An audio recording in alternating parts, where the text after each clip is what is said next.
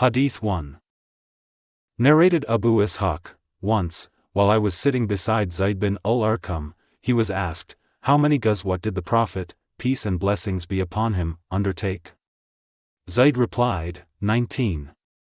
They said, in how many ghazwat did you join him? He replied, 17. I asked, which of these was the first? He replied, Al-usaira or Al-Ushaira. Hadīth 2. Narrated Abdullāh bin Mas'ud, from Sa'd bin Mu'adh. Sa'd bin Mu'adh was an intimate friend of Umayyah bin Khalaf, and whenever Umayyah passed through Medina, he used to stay with Sa'd, and whenever Sa'd went to Makkah, he used to stay with Umayyah. When Allah's Messenger, peace and blessings be upon him, arrived at Medina, Sa'd went to perform Umrah and stayed at Umayyah's home in Makkah. He said to Umayyah, tell me of a time when the mosque is empty so that I may be able to perform tawaf around the Kaaba. So Umayyah went with him about midday. Abu Jahl met them and said, O Abu Safwan, who is this man accompanying you? He said, he is Sa'd. Abu Jahl addressed Sa'd saying, I see you wandering about safely in Makkah in spite of the fact that you have given shelter to the people who have changed their religion, that is, became Muslims, and have claimed that you will help them and support them. By Allah, if you were not in the company of Abu Safwan, you would not be able to go to your family safely. Sa'd, raising his voice, said to him, by Allah, if you should stop me from doing this, that is, performing tawaf, I would certainly prevent you from something which is more valuable for you, that is, your passage through Medina. On this, Umayyah said to him, O Sa'd, do not raise your voice before Abul Hakam, the chief of the people of the valley, of Makkah. Sa'd said, O Umayyah, stop that. By Allah, I have heard Allah's Messenger, peace and blessings be upon him, predicting that the Muslims will kill you. Umayyah asked, in Makkah? Sa'd said, I do not know. Umayyah was greatly scared by that news. When Umayyah returned to his family, he said to his wife, O Safwan, don't you know what Sa'd told me? She said, what has he told you? He replied, he claims that Muhammad has informed them, that is, companions, that they will kill me. I asked him, in Makkah? He replied, I do not know. Then Umayyah added, by Allah, I will never go out of Makkah. But when the day of the Ghazwa of Badr came, Abu Jahl called the people to war, saying, go and protect your caravan. But Umayyah disliked to go out of Makkah. Abu Jahl came to him and said, O Abu Safwan, if the people see you staying behind though you are the chief of the people of the valley, then they will remain behind with you. Abu Jahl kept on urging him to go until he, that is, Umayyah, said, as you have forced me to change my mind, by Allah, I will buy the best camel in Makkah. Then Umayyah said to his wife, O Safwan, prepare what I need for the journey. She said to him, O Abu Safwan, have you forgotten what your Yathribi brother told you? He said, no, but I do not want to go with them but for a short distance. So when Umayyah went out, he used to tie his camel wherever he camped. He kept on doing that, till Allah caused him to be killed at Badr. Hadīth 3. Narrated Ka'b bin Malik, I never failed to join Allah's Messenger, peace and blessings be upon him, in any of his ghazawat except in the Ghazwa of Tabuk. However, I did not take part in the Ghazwa of Badr, but none who failed to take part in it was blamed, for Allah's Messenger, peace and blessings be upon him, had gone out to meet the caravans of Quraish, but Allah caused them, that is, Muslims, to meet their enemy unexpectedly, with no previous intention. Hadīth 4. Narrated Ibn Mas'ud, I witnessed Al-Miqdad bin Al-Aswad in a scene which would have been dearer to me than anything had I been the hero of that scene. He, that is, Al-Miqdad, came to the Prophet, peace and blessings be upon him, while the Prophet, peace and blessings be upon him, was urging the Muslims to fight with the pagans. Al-Miqdad said, we will not say as the people of Moses said, Go you and your Lord and fight you too, Surah 5, Ayah 27. But we shall fight on your right and on your left and in front of you and behind you. I saw the face of the Prophet, peace and blessings be upon him, getting bright with happiness, for that saying delighted him. Hadith 5. Narrated Ibn Abbas, on the day of the Battle of Badr, the Prophet, peace and blessings be upon him, said, O Allah! I appeal to you, to fulfill your covenant and promise. O Allah! If your will is that none should worship you, then give victory to the pagans. Then Abu Bakr took hold of him by the hand and said, This is sufficient for you.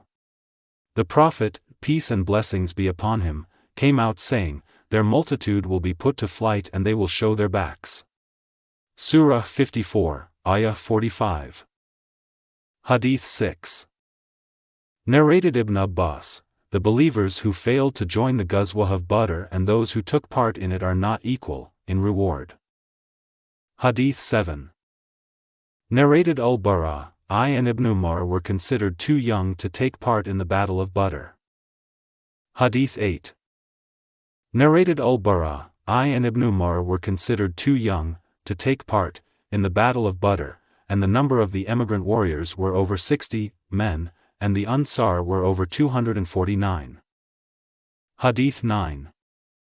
Narrated Al-Barā, the companions of the Prophet Muhammad who took part in Badr told me that their number was that of Saul's, that is, Talut's, companions who crossed the river of Jordan with him, and they were over 310 men. By Allah, none crossed the river with him but a believer. Surah 2, Ayah 249. Hadith 10. Narrated Al-Barā, we, the companions of Muhammad, used to say that the number of the warriors of Badr was the same as the number of Saul's companions who crossed the river of Jordan with him, and none crossed the river with him but a believer, and they were over 310 men. Hadith 11. Narrated Al-Barā, we used to say that the warriors of Badr were over 310, as many as the companions of Saul who crossed the river with him, and none crossed the river with him but a believer. Hadith 12. Narrated Abdullāh bin Mas'ud, the Prophet, peace and blessings be upon him, faced the Kaaba and invoked evil on some people of Quraish, on Shaybah bin Rabi'ah, Utbah bin Rabi'ah, Al-Walid bin Utbah and Abu Jahl bin Hisham. I bear witness, by Allah, that I saw them all dead, putrefied by the sun as that day was a very hot day. Hadith 13. Narrated Abdullāh, that he came across Abu Jahl while he was on the point of death on the day of Badr. Abu Jahl said, You should not be proud that you have killed me, nor I am ashamed of being killed by my own folk. Hadith 14. Narrated Anas, the Prophet, peace and blessings be upon him, said, Who will go and see what has happened to Abu Jahl? Ibn Mas'ud went and found that the two sons of Afra had struck him fatally, and he was in his last breaths. Abdullāh bin Mas'ud said, Are you Abu Jahl? And took him by the beard. Abu Jahl said, Can there be a man superior to one you have killed or one whom his own folk have killed? Hadith 15.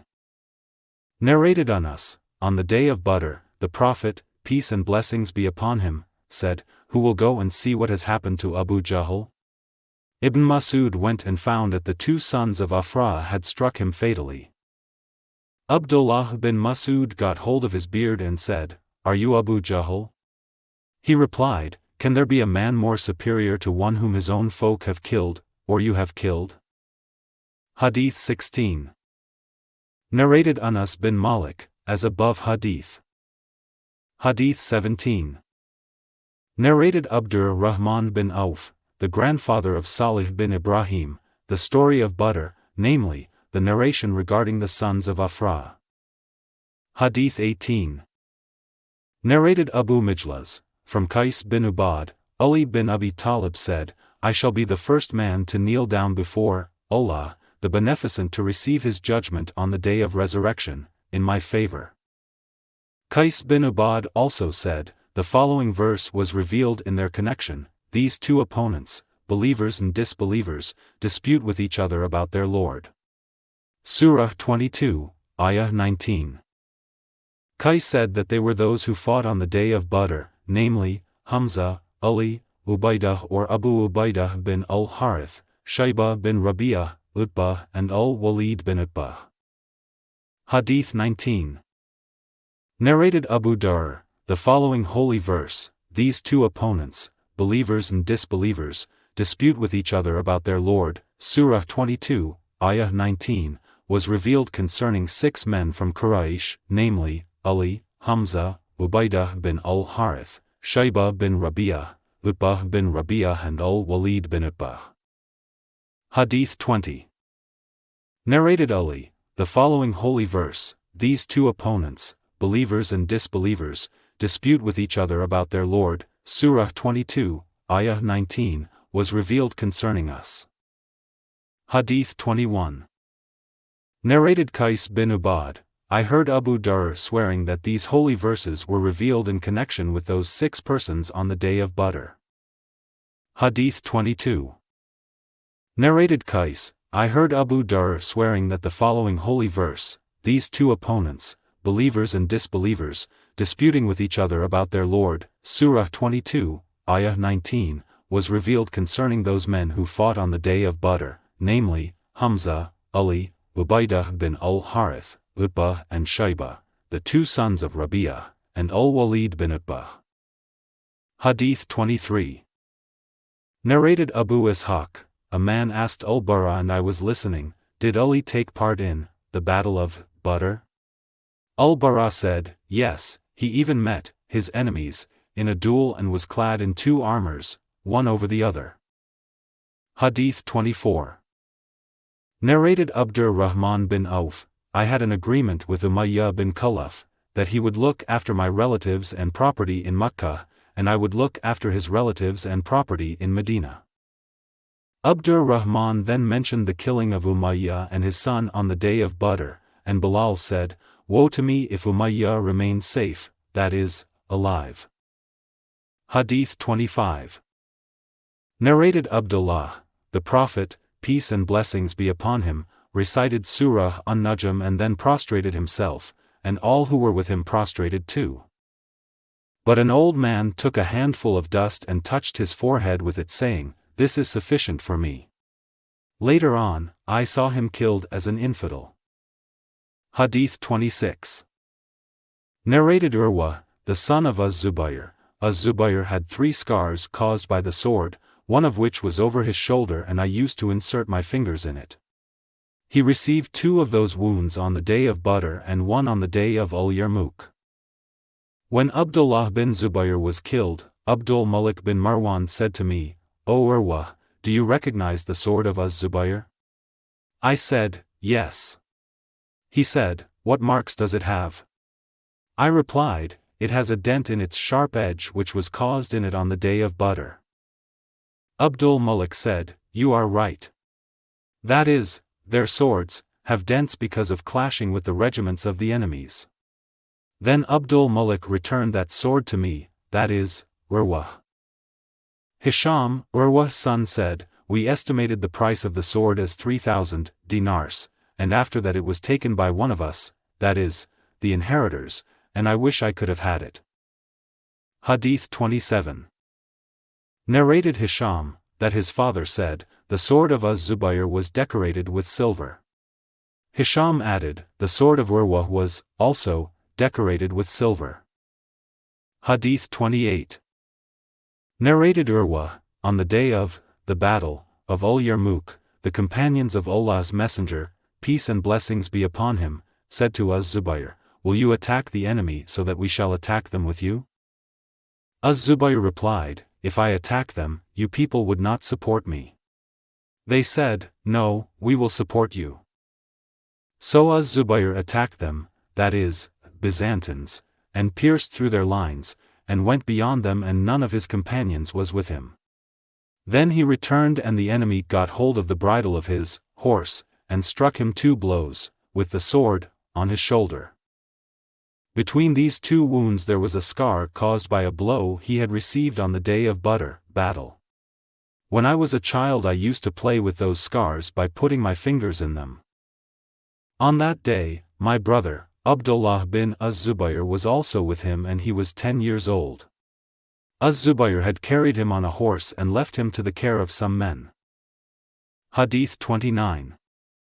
Narrated Abu Talha, on the day of Badr, the Prophet, peace and blessings be upon him, ordered that the corpses of 24 leaders of Quraish should be thrown into one of the dirty dry wells of Badr. It was a habit of the Prophet, peace and blessings be upon him, that whenever he conquered some people, he used to stay at the battlefield for 3 nights. So, on the 3rd day of the Battle of Badr, he ordered that his she-camel be saddled, then he set out, and his companions followed him saying among themselves, definitely he, that is, the Prophet, is proceeding for some great purpose. When he halted at the edge of the well, he addressed the corpses of the Quraysh infidels by their names and their fathers' names, O so-and-so son of so-and-so, and O so-and-so son of so-and-so. Would it have pleased you if you had obeyed Allah and His Apostle? We have found true what our Lord promised us. Have you too found true what your Lord promised you? Umar said, O Allah's Messenger, peace and blessings be upon him. You are speaking to bodies that have no souls. Allah's Messenger, peace and blessings be upon him, said, by him in whose hand Muhammad's soul is, you do not hear what I say better than they do. Qatada said, Allah brought them to life, again, to let them hear him, to reprimand them and slight them and take revenge over them and cause them to feel remorseful and regretful. Hadith 30. Narrated Ibn Abbas regarding the statement of Allah, those who have changed Allah's blessings for disbelief, Surah 14, Ayah 28, the people meant here by Allah are the infidels of Quraish. Umar, a sub-narrator said, those are, the infidels of Quraish and Muhammad is Allah's blessing. Regarding Allah's statement, and have led their people into the house of destruction. Surah 14, Ayah 29, Ibn Abbas said, it means the fire they will suffer from, after their death, on the day of Badr. Hadith 31. Narrated Hisham's father, it was mentioned before Aisha that Ibn Umar attributed the following statement to the Prophet, peace and blessings be upon him, the dead person is punished in the grave because of the crying and lamentation of his family. On that, Aisha said, but Allah's Messenger, peace and blessings be upon him, said, the dead person is punished for his crimes and sins while his family cry over him then. She added, and this is similar to the statement of Allah's Messenger, peace and blessings be upon him, when he stood by the edge of the well which contained the corpses of the pagans killed at Badr, they hear what I say. She added, but he said now they know very well what I used to tell them was the truth. Aisha then recited, you cannot make the dead hear, Surah 30, Ayah 52, and, you cannot make those who are in their graves hear you, Surah 35, Ayah 22, that is, when they had taken their places in the hell fire. Hadith 32. Narrated Ibn Umar, the Prophet, peace and blessings be upon him, stood at the well of Badr, which contained the corpses of the pagans, and said, have you found true what your Lord promised you? Then he further said, they now hear what I say. This was mentioned before Aisha and she said, but the Prophet, peace and blessings be upon him, said, now they know very well that what I used to tell them was the truth. Then she recited, the holy verse, you cannot make the dead hear. Till the end of verse. Surah 30, Ayah 52. Hadith 33. Narrated Anas, Haritha was martyred on the day of the Battle of Badr, and he was a young boy then. His mother came to the Prophet, peace and blessings be upon him, and said, O Allah's Messenger, peace and blessings be upon him. You know how dear Haritha is to me.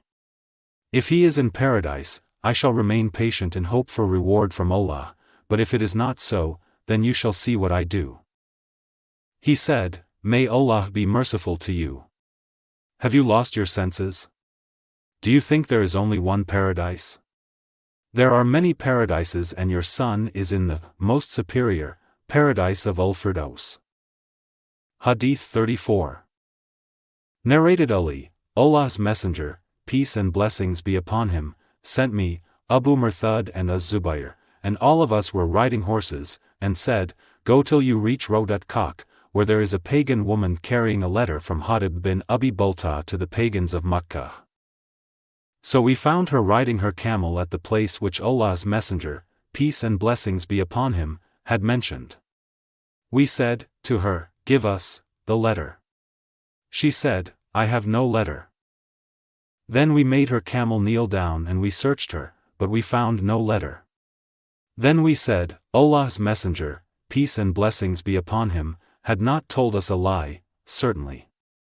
Take out the letter, otherwise we will strip you naked. When she saw that we were determined, she put her hand below her waist belt, for she had tied her cloak round her waist, and she took out the letter, and we brought her to Allah's Messenger, peace and blessings be upon him. Then Umar said, O Allah's Apostle! This, Hatib, has betrayed Allah, his Apostle and the believers. Let me cut off his neck. The Prophet, peace and blessings be upon him, asked Hatib, What made you do this? Hatib said, By Allah, I did not intend to give up my belief in Allah and his Apostle, but I wanted to have some influence among the Meccan people so that through it, Allah might protect my family and property. There is none of your companions but has some of his relatives there through whom Allah protects his family and property. The Prophet, peace and blessings be upon him, said, He has spoken the truth, do not say to him but good. Umar said, He has betrayed Allah, his Apostle and the faithful believers. Let me cut off his neck. The Prophet, peace and blessings be upon him, said, Is he not one of the Badr warriors? Maybe Allah looked at the Badr warriors and said, Do whatever you like, as I have granted paradise to you, or said, I have forgiven you. On this, tears came out of Umar's eyes, and he said, Allah and his Apostle know better. Hadith 35. Narrated Usaid, on the day of Badr, Allah's Messenger, peace and blessings be upon him, said to us, When the enemy comes near to you, shoot at them but use your arrows sparingly, so that your arrows should not be wasted. Hadith 36. Narrated Abu Usaid, on the day of the Battle of Badr, Allah's Messenger, peace and blessings be upon him, said to us, When your enemy comes near to you, that is, overcomes you by sheer number, shoot at them but use your arrows sparingly. Hadith 37. Narrated Al-Barā bin Azib, on the day of Uhud, the Prophet, peace and blessings be upon him, appointed Abdullāh bin Jubayr as chief of the archers, and 70 among us were injured and martyred. On the day of the Battle of Badr, the Prophet, peace and blessings be upon him, and his companions had inflicted 140 casualties on the pagans, 70 were taken prisoners, and 70 were killed. Abu Sufyan said, This is a day of revenge, for the day of Badr, and the issue of war is undecided. Hadith 38. Narrated Abu Musa, that the Prophet, peace and blessings be upon him, said, The good is what Allah gave us later on, after Uhud, and the reward of truthfulness is what Allah gave us after the day of the Battle of Badr. Hadith 39. Narrated Abdur Rahman bin Auf, while I was fighting in the front file on the day of the Battle of Badr, suddenly I looked behind and saw on my right and left 2 young boys and did not feel safe by standing between them. Then one of them asked me secretly so that his companion may not hear, O uncle, show me Abu Jahl. I said, O nephew, what will you do to him? He said, I have promised Allah that if I see him, that is, Abu Jahl, I will either kill him or be killed before I kill him. Then the other said the same to me secretly so that his companion should not hear. I would not have been pleased to be in between 2 other men instead of them. Then I pointed him, that is, Abu Jahl, out to them. Both of them attacked him like 2 hawks till they knocked him down. Those 2 boys were the sons of Afra, that is, an Ansari woman. Hadith 40. Narrated Abu Huraira, Allah's Messenger, peace and blessings be upon him, sent out 10 spies under the command of Asim bin Thabit al-Ansari, the grandfather of Asim bin Umar al-Khattab. When they reached a place called Al-Huda between Usfan and Makkah, their presence was made known to a sub-tribe of Hudayl called Banu Lihyan. So they sent about 100 archers after them. The archers traced the footsteps of the Muslims, till they found the traces of dates which they had eaten at one of their camping places.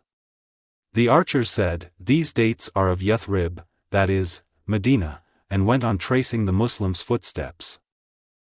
When Asim and his companions became aware of them, they took refuge in a high place. But the enemy encircled them and said, "Come down and surrender. We give you a solemn promise and covenant that we will not kill any one of you." Asim bin Thabit said, "O people! As for myself, I will never get down to be under the protection of an infidel. O Allah! Inform your Prophet, peace and blessings be upon him, about us."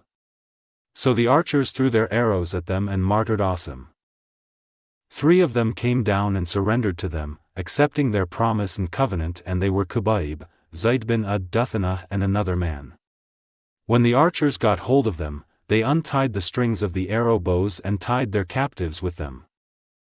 The 3rd man said, "This is the first proof of treachery. By Allah, I will not go with you, for I follow the example of these." He meant the martyred companions. The archers dragged him and struggled with him, till they martyred him. Then Khubayb and Zayd bin ad-Dathanah were taken away by them, and later on they sold them as slaves in Makkah after the event of the Badr battle. The sons of Al-Harith bin Amr bin Nawfal bought Khubayb, for he was a person who had killed their father, Al-Harith bin Amr, on the day of the Battle of Badr. Khubayb remained imprisoned by them till they decided unanimously to kill him. One day, Khubayb borrowed from a daughter of Al-Harith a razor for shaving his pubic hair, and she lent it to him. By chance, while she was inattentive, a little son of hers went to him, that is, Khubayb, and she saw that Khubayb had seated him on his thigh while the razor was in his hand. She was so much terrified that Khubayb noticed her fear and said, "Are you afraid that I will kill him? Never would I do such a thing." Later on, while narrating the story, she said, "By Allah, I had never seen a better captive than Khubayb. By Allah, one day I saw him eating from a bunch of grapes in his hand while he was fettered with iron chains, and, at that time, there was no fruit in Makkah." She used to say, it was food Allah had provided Khubayb with. When they took him to Al-Hil out of Makkah sanctuary to martyr him, Khubayb requested them, "Allow me to offer a 2-rakat prayer." They allowed him, and he prayed 2 rakat and then said, "By Allah! Had I not been afraid that you would think I was worried, I would have prayed more." Then he invoked evil upon them, saying, "O Allah! Count them and kill them one by one, and do not leave any one of them." Then he recited, "As I am martyred as a Muslim, I do not care in what way I receive my death for Allah's sake, for this is for the cause of Allah. If He wishes, He will bless the cut limbs of my body." Then Abu Sirwa, Uqbah bin al-Harith, went up to him and killed him.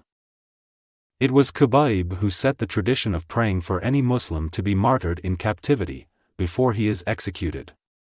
The Prophet, peace and blessings be upon him, told his companions of what had happened to those 10 spies, on the same day they were martyred. Some Quraish people, being informed of Asim bin Thabit's death, sent some messengers to bring a part of his body so that his death might be known for certain, for he had previously killed one of their leaders, in the Battle of Badr. But Allah sent a swarm of wasps to protect the dead body of Asim, and they shielded him from the messengers who could not cut anything from his body. Hadith 41. Narrated Nafi, Ibn Umar was once told that Sa'id bin Zayd bin Amr bin Nufail, one of the Badr warriors, had fallen ill on a Friday. Ibn Umar rode to him late in the forenoon. The time of the Friday prayer approached and Ibn Umar did not take part in the Friday prayer. Hadith 42. Narrated Subayyah bint al-Harith, that she was married to Sa'd bin Khawlah, who was from the tribe of Bani Amr bin Lu'ay, and was one of those who fought the Badr battle. He died while she was pregnant during Hajjat al-Wada. Soon after his death, she gave birth to a child. When she completed the term of delivery, that is, became clean, she prepared herself for suitors. Abu As-Sanabal bin Bakak, a man from the tribe of Bani An-Nadir, called on her and said to her, "What? I see you dressed up for the people to ask you in marriage. Do you want to marry? By Allah, you are not allowed to marry unless 4 months and 10 days have elapsed, after your husband's death." Subayyah in her narration said, "When he, that is, Abu As-Sanabal, said this to me, I put on my dress in the evening and went to Allah's Messenger, peace and blessings be upon him, and asked him about this problem. He gave the verdict that I was free to marry as I had already given birth to my child and ordered me to marry if I wished." Hadīth 43. Narrated Rifā, who was one of the Badr warriors, Gabriel came to the Prophet, peace and blessings be upon him, and said, "How do you look upon the warriors of Badr among yourselves?" The Prophet, peace and blessings be upon him, said, "As the best of the Muslims," or said a similar statement. On that, Gabriel said, "And so are the angels who participated in the Badr battle." Hadīth 44. Narrated Mu'adh bin Rifā bin Rafi. Rifā was one of the warriors of Badr while his father, Rafi, was one of the people of Al-Aqabah, that is, those who gave the pledge of allegiance at Al-Aqabah. Rafi used to say to his son, "I would not have been happier if I had taken part in the Badr battle instead of taking part in the Aqabah pledge." Hadīth 45. Narrated Mu'adh, the one who asked, the Prophet, peace and blessings be upon him, was Gabriel, refer to Hadīth 43. Hadīth 46. Narrated Ibn Abbas, the Prophet, peace and blessings be upon him, said on the day of the battle of Badr, "This is Gabriel holding the head of his horse and equipped with arms for the battle." Hadīth 47. Narrated Anas, Abu Zayd died and did not leave any offspring, and he was one of the Badr warriors. Hadīth 48. Narrated Ibn Abbas, Abu Sa'id bin Malik al-Khudri returned from a journey and his family offered him some meat of sacrifices offered at Eid al-Adha. On that, he said, "I will not eat it before asking whether it is allowed." He went to his maternal brother, Qatadah bin Nu'man, who was one of the Badr warriors, and asked him about it. Qatadah said, "After your departure, an order was issued by the Prophet, peace and blessings be upon him, cancelling the prohibition of eating sacrifices after 3 days." Hadīth 49.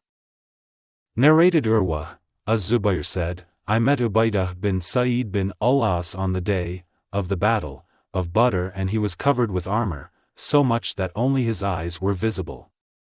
He was surnamed Abu al-Quraish. He said, proudly, 'I am Abu al-Quraish.' I attacked him with the spear and pierced his eye and he died.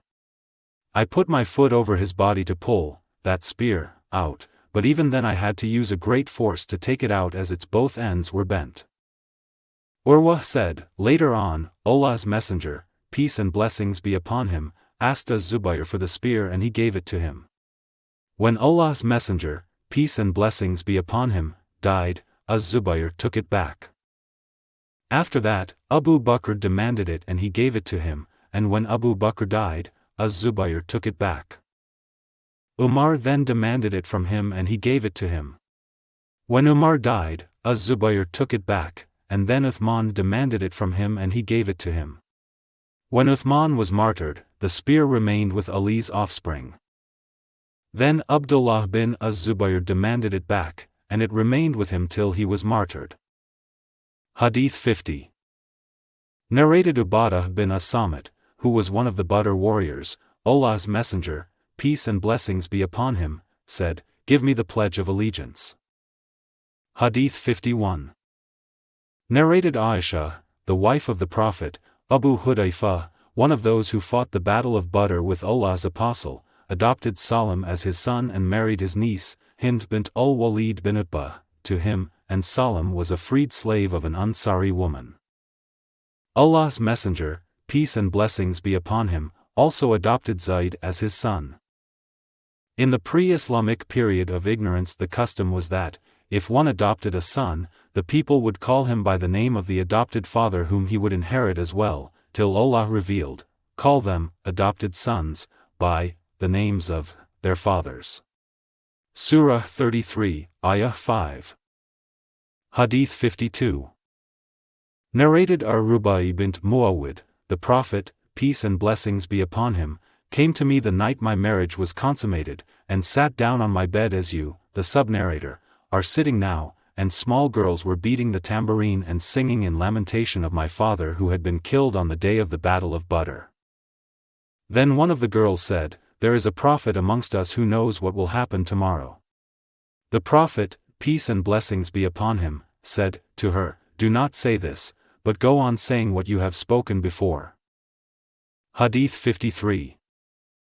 Narrated Ibn Abbas, Abu Talha, a companion of Allah's Messenger, peace and blessings be upon him, and one of those who fought at Badr together with Allah's Apostle, told me that Allah's Messenger, peace and blessings be upon him, said, "Angels do not enter a house in which there is a dog or a picture." He meant the images of creatures that have souls. Hadith 54. Narrated Ali, I had a she-camel which I got in my share from the booty of the Battle of Badr, and the Prophet, peace and blessings be upon him, had given me another she-camel from the kumus which Allah had bestowed on him that day. And when I intended to celebrate my marriage to Fatima, the daughter of the Prophet, peace and blessings be upon him, I made an arrangement with a goldsmith from Bani Quraiza that he should go with me to bring it kir, that is, a kind of grass used by goldsmiths, which I intended to sell to goldsmiths in order to spend its price on the marriage banquet. While I was collecting ropes and sacks of pack saddles for my 2 she-camels which were kneeling down beside an Ansari's dwelling, and after collecting what I needed, I suddenly found that the humps of the 2 she-camels had been cut off and their flanks had been cut open and portions of their livers had been taken out. On seeing that, I could not help weeping. I asked, "Who has done that?" They, that is, the people, said, "Hamza bin Abdul Muttalib has done it. He is present in this house with some Ansari drinkers, a girl singer, and his friends." The singer said in her song, "O Hamza, get at the fat she-camels." On hearing this, Hamza rushed to his sword and cut off the camels' humps and cut their flanks open and took out portions from their livers. Then I came to the Prophet, peace and blessings be upon him, with whom Zayd bin Haritha was present. The Prophet, peace and blessings be upon him, noticed my state and asked, "What is the matter?" I said, "O Allah's Messenger, peace and blessings be upon him, I have never experienced such a day as today. Hamza attacked my 2 she-camels, cut off their humps and cut their flanks open, and he is still present in a house along with some drinkers." The Prophet, peace and blessings be upon him, asked for his cloak, put it on, and proceeded, followed by Zayd bin Haritha and myself, till he reached the house where Hamza was. He asked the permission to enter, and he was permitted. The Prophet, peace and blessings be upon him, started blaming Hamza for what he had done. Hamza was drunk and his eyes were red. He looked at the Prophet, peace and blessings be upon him, then raised his eyes to look at his knees and raised his eyes more to look at his face and then said, "You are not but my father's slaves." When the Prophet, peace and blessings be upon him, understood that Hamza was drunk, he retreated, walking backwards, went out and we left with him. Hadith 55. Narrated Ibn Ma'qil, Ali led the funeral prayer of Sahal bin Hunayf and said, he was one of the warriors of Badr. Hadith 56.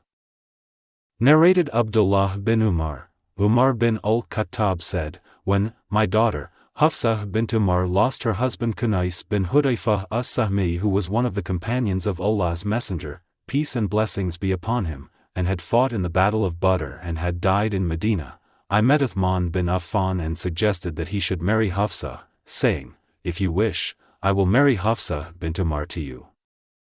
On that, he said, "I will think it over."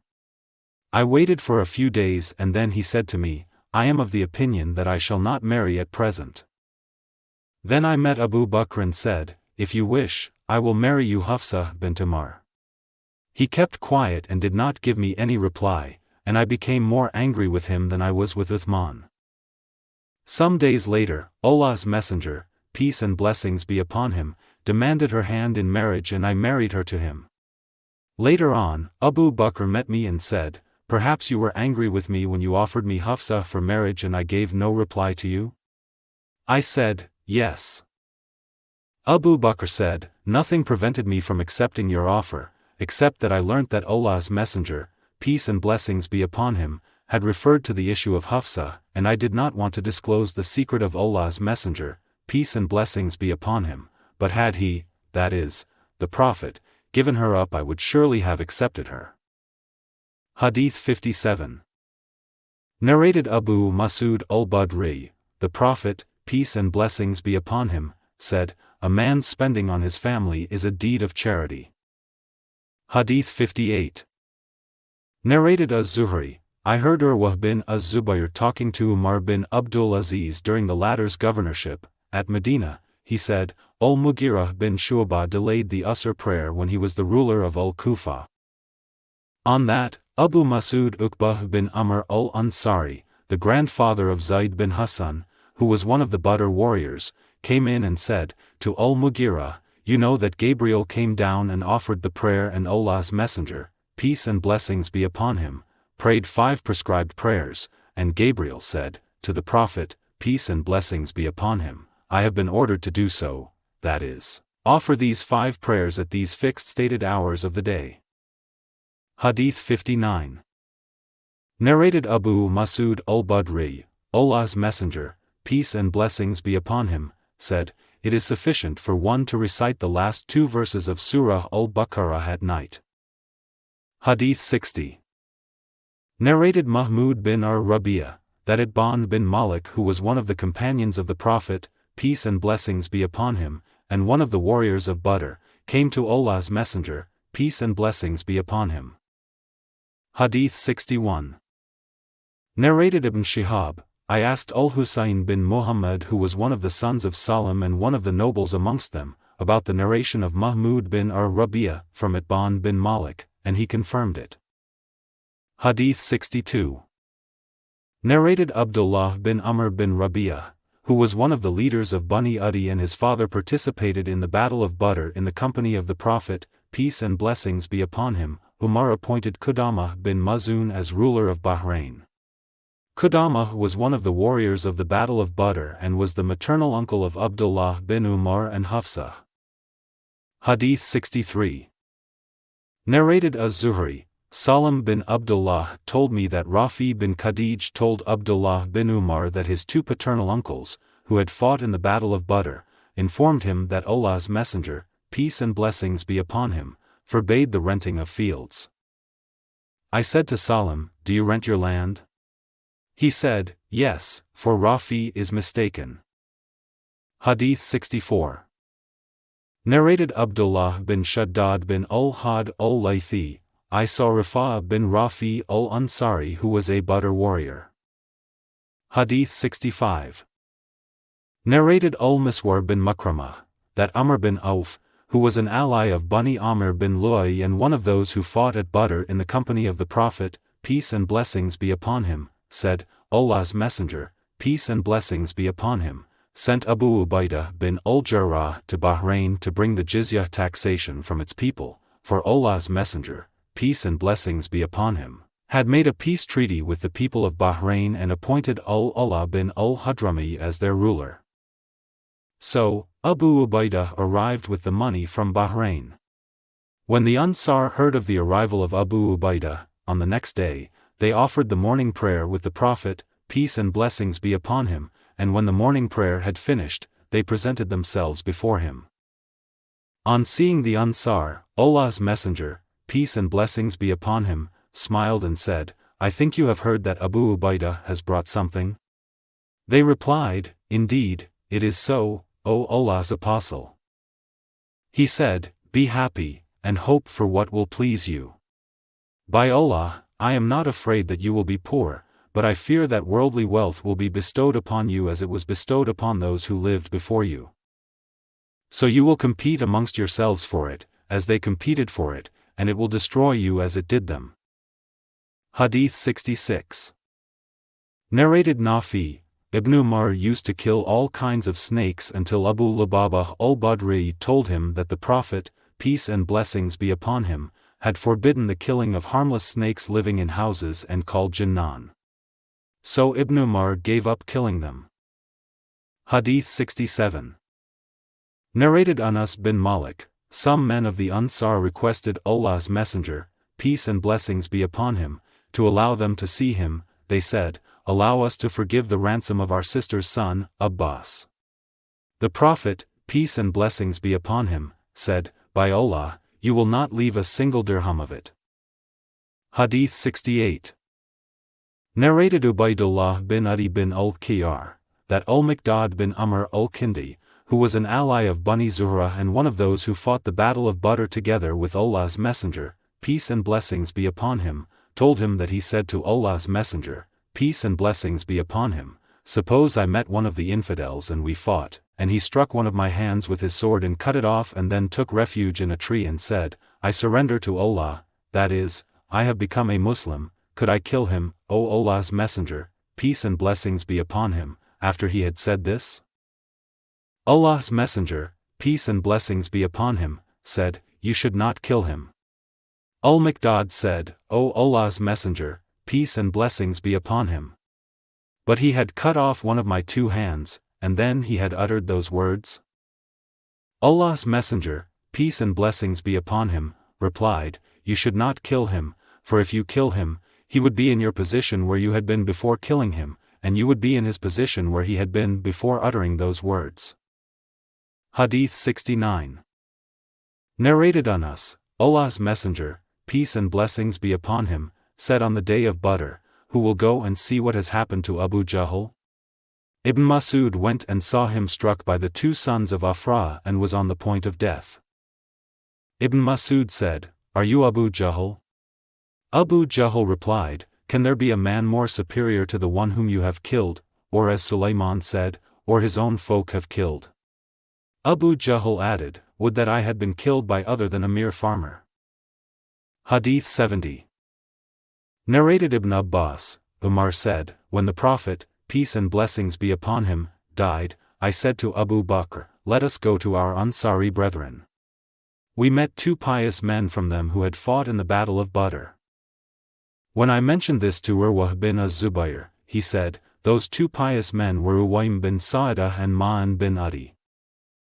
Hadith 71. Narrated Qais, the Badr warriors were given 5,000 dirhams each, yearly. Umar said, I will surely give them more than what I will give to others. Hadith 72. Narrated Jubayr bin Mut'im, I heard the Prophet, peace and blessings be upon him, reciting Surah At-Tur in Maghrib prayer, and that was at a time when belief was first planted in my heart. The Prophet, peace and blessings be upon him, while speaking about the war prisoners of Badr, said, were Al-Mut'im bin Adi alive and interceded with me for these filthy people, I would definitely forgive them for his sake. Hadith 73. Narrated Sa'id bin al-Musayyab, when the first civil strife, in Islam, took place because of the murder of Uthman, it left none of the Badr warriors alive. When the second civil strife, that is the Battle of Al-Harra, took place, it left none of the Hudaybiyah treaty companions alive. Then the third civil strife took place and it did not subside till it had exhausted all the strength of the people. Hadith 74. Narrated Yunus bin Yazid, I heard Az-Zuhri saying, I heard Urwah bin az-Zubayr, Sa'id bin al-Musayyab, Alqamah bin Waqqas and Ubaydullah bin Abdullāh each narrating part of the narrative concerning Aisha, the wife of the Prophet, peace and blessings be upon him. Aisha said, when I and Mistah were returning, Mistah stumbled by treading on the end of her robe, and on that she said, may Mistah be ruined. I said, you have said a bad thing, you curse a man who took part in the Battle of Badr. Az-Zuhri then narrated the narration of the lie, forged against Aisha. Hadith 75. Narrated Ibn Shihab, these were the battles of Allah's Messenger, peace and blessings be upon him, which he fought, and while mentioning the Badr battle, he said, while the corpses of the pagans were being thrown into the well, Allah's Messenger, peace and blessings be upon him, said to them, "Have you found what your Lord promised true?" Abdullāh said, some of the Prophet's companions said, "O Allah's Messenger, peace and blessings be upon him. You are addressing dead people." Allah's Messenger, peace and blessings be upon him, replied, "You do not hear what I am saying better than they." The total number of Muslim fighters from Quraish who fought in the Battle of Badr and were given their share of the booty were 81 men. Az-Zubayr said, when their shares were distributed, their number was 101 men. But Allah knows it better. Hadīth 76. Narrated Az-Zubayr, on the day of Badr, Quraishi emigrants received 100 shares of the war booty. Hadīth 77.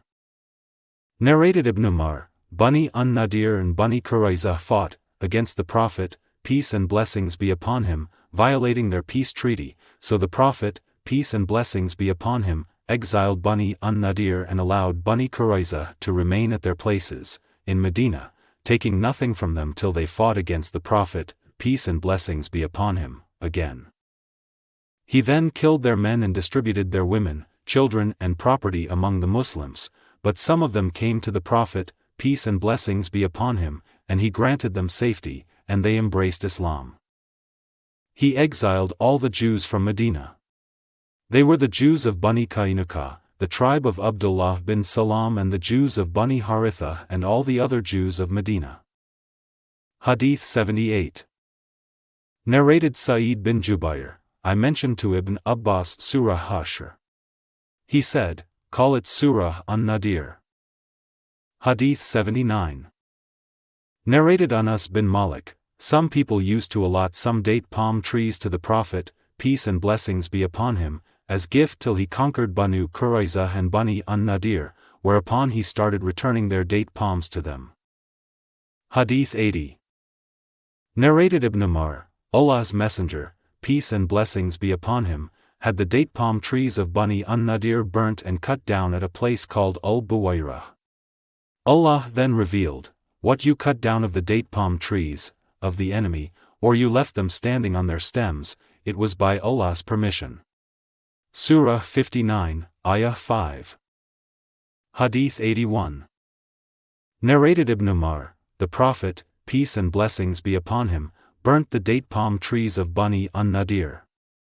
Hassan bin Thabit said the following poetic verses about this event: the terrible burning of Al-Buwairah has been received indifferently by the nobles of Bani Lu'ay, the masters and nobles of Quraish. Abu Sufyan bin al-Harith, that is, the Prophet's cousin who was still a disbeliever then, replied to Hassan, saying in poetic verses, may Allah bless that burning and set all its, that is, Madinah's, parts on burning fire. You will see who is far from it, that is, Al-Buwairah, and which of our lands will be harmed by it, that is, the burning of Al-Buwairah. Hadīth 82. Narrated Malik bin Aus al-Hadathan an-Nasri, that once Umar bin al-Khattab called him, and while he was sitting with him, his gatekeeper, Yarfa, came and said, will you admit Uthman, Abdur-Rahman bin Auf, Az-Zubayr and Sa'd bin Abi Waqqas, who are waiting for your permission? Umar said, yes, let them come in. After a while, Yarfa came again and said, will you admit Ali and Abbas who are asking your permission? Umar said, yes. So, when the two entered, Abbas said, O chief of the believers, judge between me and this, that is, Ali. Both of them had a dispute regarding the property of Bani An-Nadir which Allah had given to his apostle as fai, that is, booty gained without fighting. Ali and Abbas started reproaching each other. The present people, that is, Uthman and his companions, said, O chief of the believers, give your verdict in their case and relieve each from the other.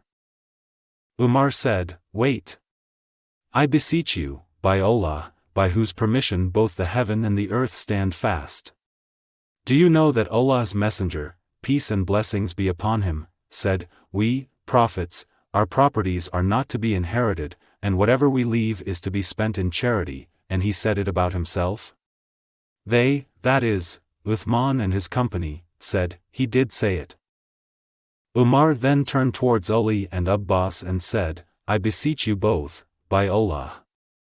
Do you know that Allah's Messenger, peace and blessings be upon him, said this?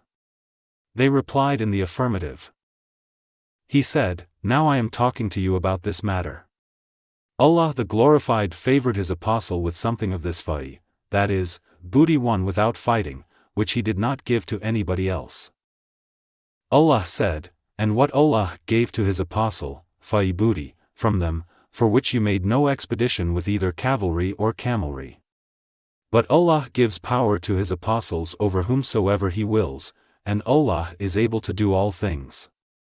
Surah 59, Ayah 6. So this property was especially granted to Allah's Messenger, peace and blessings be upon him. But by Allah, the Prophet, peace and blessings be upon him, neither took it all for himself only, nor deprived you of it, but he gave it to all of you and distributed it amongst you till only this remained out of it. And from this, Allah's Messenger, peace and blessings be upon him, used to spend the yearly maintenance for his family, and whatever used to remain, he used to spend it where Allah's property is spent, that is, in charity. Allah's Messenger, peace and blessings be upon him, kept on acting like that during all his life. Then he died, and Abu Bakr said, I am the successor of Allah's Messenger, peace and blessings be upon him. So he, that is, Abu Bakr, took charge of this property and disposed of it in the same manner as Allah's Messenger, peace and blessings be upon him, used to do, and all of you, at that time, knew all about it. Then Umar turned towards Ali and Abbas and said, you both remember that Abu Bakr disposed of it in the way you have described, and Allah knows that, in that matter, he was sincere, pious, rightly guided and the follower of the right. Then Allah caused Abu Bakr to die and I said, I am the successor of Allah's Messenger, peace and blessings be upon him, and Abu Bakr.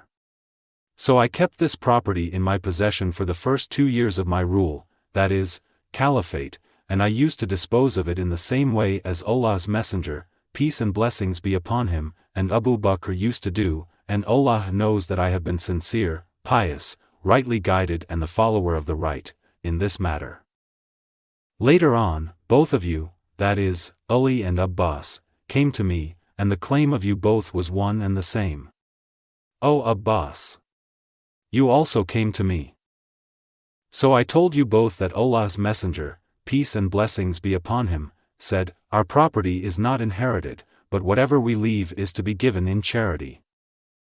Then when I thought that I should better hand over this property to you both on the condition that you will promise and pledge before Allah that you will dispose it off in the same way as Allah's Messenger, peace and blessings be upon him, and Abu Bakr did and as I have done since the beginning of my caliphate or else you should not speak to me about it. So, both of you said to me, hand it over to us on this condition. And on this condition I handed it over to you. Do you want me now to give a decision other than that decision? By Allah, with whose permission both the sky and the earth stand fast, I will never give any decision other than that decision, till the last hour is established. But if you are unable to manage it, that is, that property, then return it to me, and I will manage on your behalf. The sub-narrator said, I told Urwah bin az-Zubayr of this hadith and he said, Malik bin Aus has told the truth. I heard Aisha, the wife of the Prophet, peace and blessings be upon him, saying, the wives of the Prophet, peace and blessings be upon him, sent Uthman to Abu Bakr demanding from him their 1/8 of the fa'i which Allah had granted to his apostle. But I used to oppose them and say to them, will you not fear Allah? Don't you know that the Prophet, peace and blessings be upon him, used to say, our property is not inherited, but whatever we leave is to be given in charity? The Prophet, peace and blessings be upon him, mentioned that regarding himself. He added, the family of Muhammad can take their sustenance from this property. So the wives of the Prophet, peace and blessings be upon him, stopped demanding it when I told them of that. So, this property, of sadaqah, was in the hands of Ali, who withheld it from Abbas and overpowered him. Then it came in the hands of Hassan bin Ali, then in the hands of Husayn bin Ali, and then in the hands of Ali bin Husayn and Hassan bin Hassan, and each of the last two used to manage it in turn. Then it came in the hands of Zayd bin Hassan, and it was truly the sadaqah of Allah's Apostle. Hadith 83. Narrated Aisha, Fatima and Al-Abbas came to Abu Bakr, claiming their inheritance of the Prophet's land of Fadak and his share from Khaybar. Abu Bakr said, I heard the Prophet, peace and blessings be upon him, saying, our property is not inherited, and whatever we leave is to be given in charity. But the family of Muhammad can take their sustenance from this property. By Allah, I would love to do good to the kith and kin of Allah's Apostle rather than to my own kith and kin. Hadith 84. Narrated Jabir bin Abdullāh, Allah's Messenger, peace and blessings be upon him, said, who is willing to kill Ka'b bin Al-Ashraf who has hurt Allah and his Apostle? Thereupon Muhammad bin Maslamah got up saying, O Allah's Messenger, peace and blessings be upon him. Would you like that I kill him? The Prophet, peace and blessings be upon him, said, yes. Muhammad bin Maslamah said, then allow me to say a false thing, that is, to deceive Ka'b. The Prophet, peace and blessings be upon him, said, you may say it. Then Muhammad bin Maslamah went to Ka'b and said, that man, that is, Muhammad, demands sadaqah, that is, zakat, from us, and he has troubled us, and I have come to borrow something from you. On that, Ka'b said, by Allah, you will get tired of him. Muhammad bin Maslamah said, now as we have followed him, we do not want to leave him unless and until we see how his end is going to be. Now we want you to lend us a camel load or two of food. Some difference between narrators about a camel load or two. Ka'b said, yes, I will lend you, but you should mortgage something to me. Muhammad bin Maslamah and his companion said, what do you want? Ka'b replied, mortgage your women to me. They said, how can we mortgage our women to you and you are the most handsome of the Arabs? Ka'b said, then mortgage your sons to me. They said, how can we mortgage our sons to you? Later they would be abused by the people saying that so-and-so has been mortgaged for a camel load of food. That would cause us great disgrace, but we will mortgage our arms to you. Muhammad bin Maslamah and his companion promised Ka'b that Muhammad would return to him. He came to Ka'b at night along with Ka'b's foster brother, Abu Na'ilah. Ka'b invited them to come into his fort, and then he went down to them. His wife asked him, where are you going at this time? Ka'b replied, none but Muhammad bin Maslamah and my foster brother Abu Na'ilah have come. His wife said, I hear a voice as if dropping blood is from him. Ka'b said, they are none but my brother Muhammad bin Maslamah and my foster brother Abu Na'ilah. A generous man should respond to a call at night even if invited to be killed. Muhammad bin Maslamah went with two men. Some narrators mention the men as Abu bin Jabr, Al-Harith bin Aus and Abbad bin Bishr. So Muhammad bin Maslamah went in together with two men, and said to them, when Ka'b comes, I will touch his hair and smell it, and when you see that I have got hold of his head, strike him. I will let you smell his head. Ka'b bin Al-Ashraf came down to them wrapped in his clothes, and diffusing perfume. Muhammad bin Maslamah said, I have never smelt a better scent than this. Ka'b replied, I have got the best Arab women who know how to use the high class of perfume. Muhammad bin Maslamah requested Ka'b, will you allow me to smell your head? Ka'b said, yes. Muhammad smelt it and made his companions smell it as well. Then he requested Ka'b again, will you let me smell your head? Ka'b said, yes. When Muhammad got a strong hold of him, he said to his companions, get at him. So they killed him and went to the Prophet, peace and blessings be upon him, and informed him. Abu Rafi was killed after Ka'b bin Al-Ashraf. Hadith 85. Narrated Al-Barā bin Azib, Allah's Messenger, peace and blessings be upon him, sent a group of persons to Abu Rafi. Abdullāh bin Atiq entered his house at night while he was sleeping and killed him. Hadīth 86.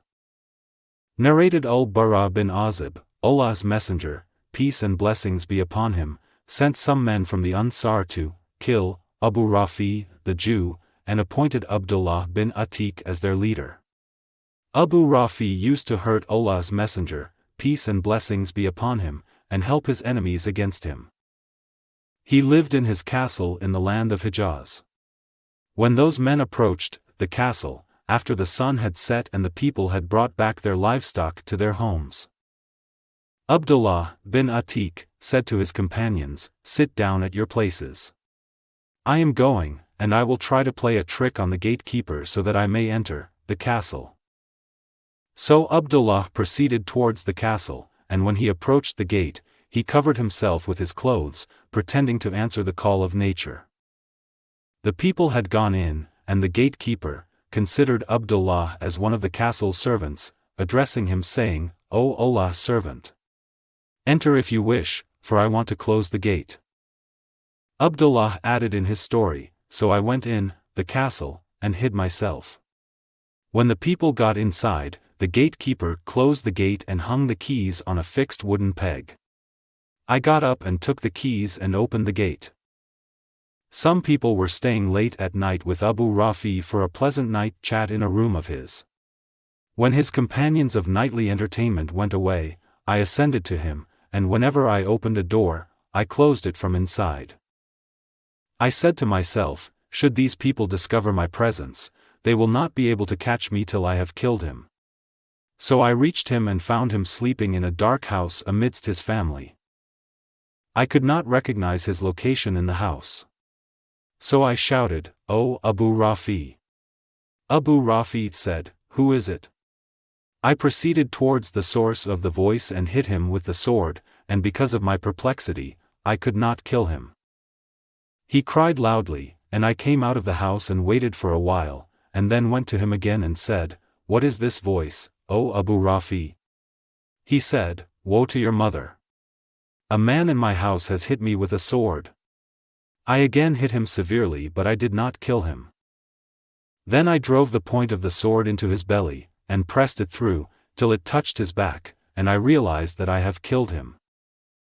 I then opened the doors one by one till I reached the staircase, and thinking that I had reached the ground, I stepped out and fell down and got my leg broken in a moonlit night.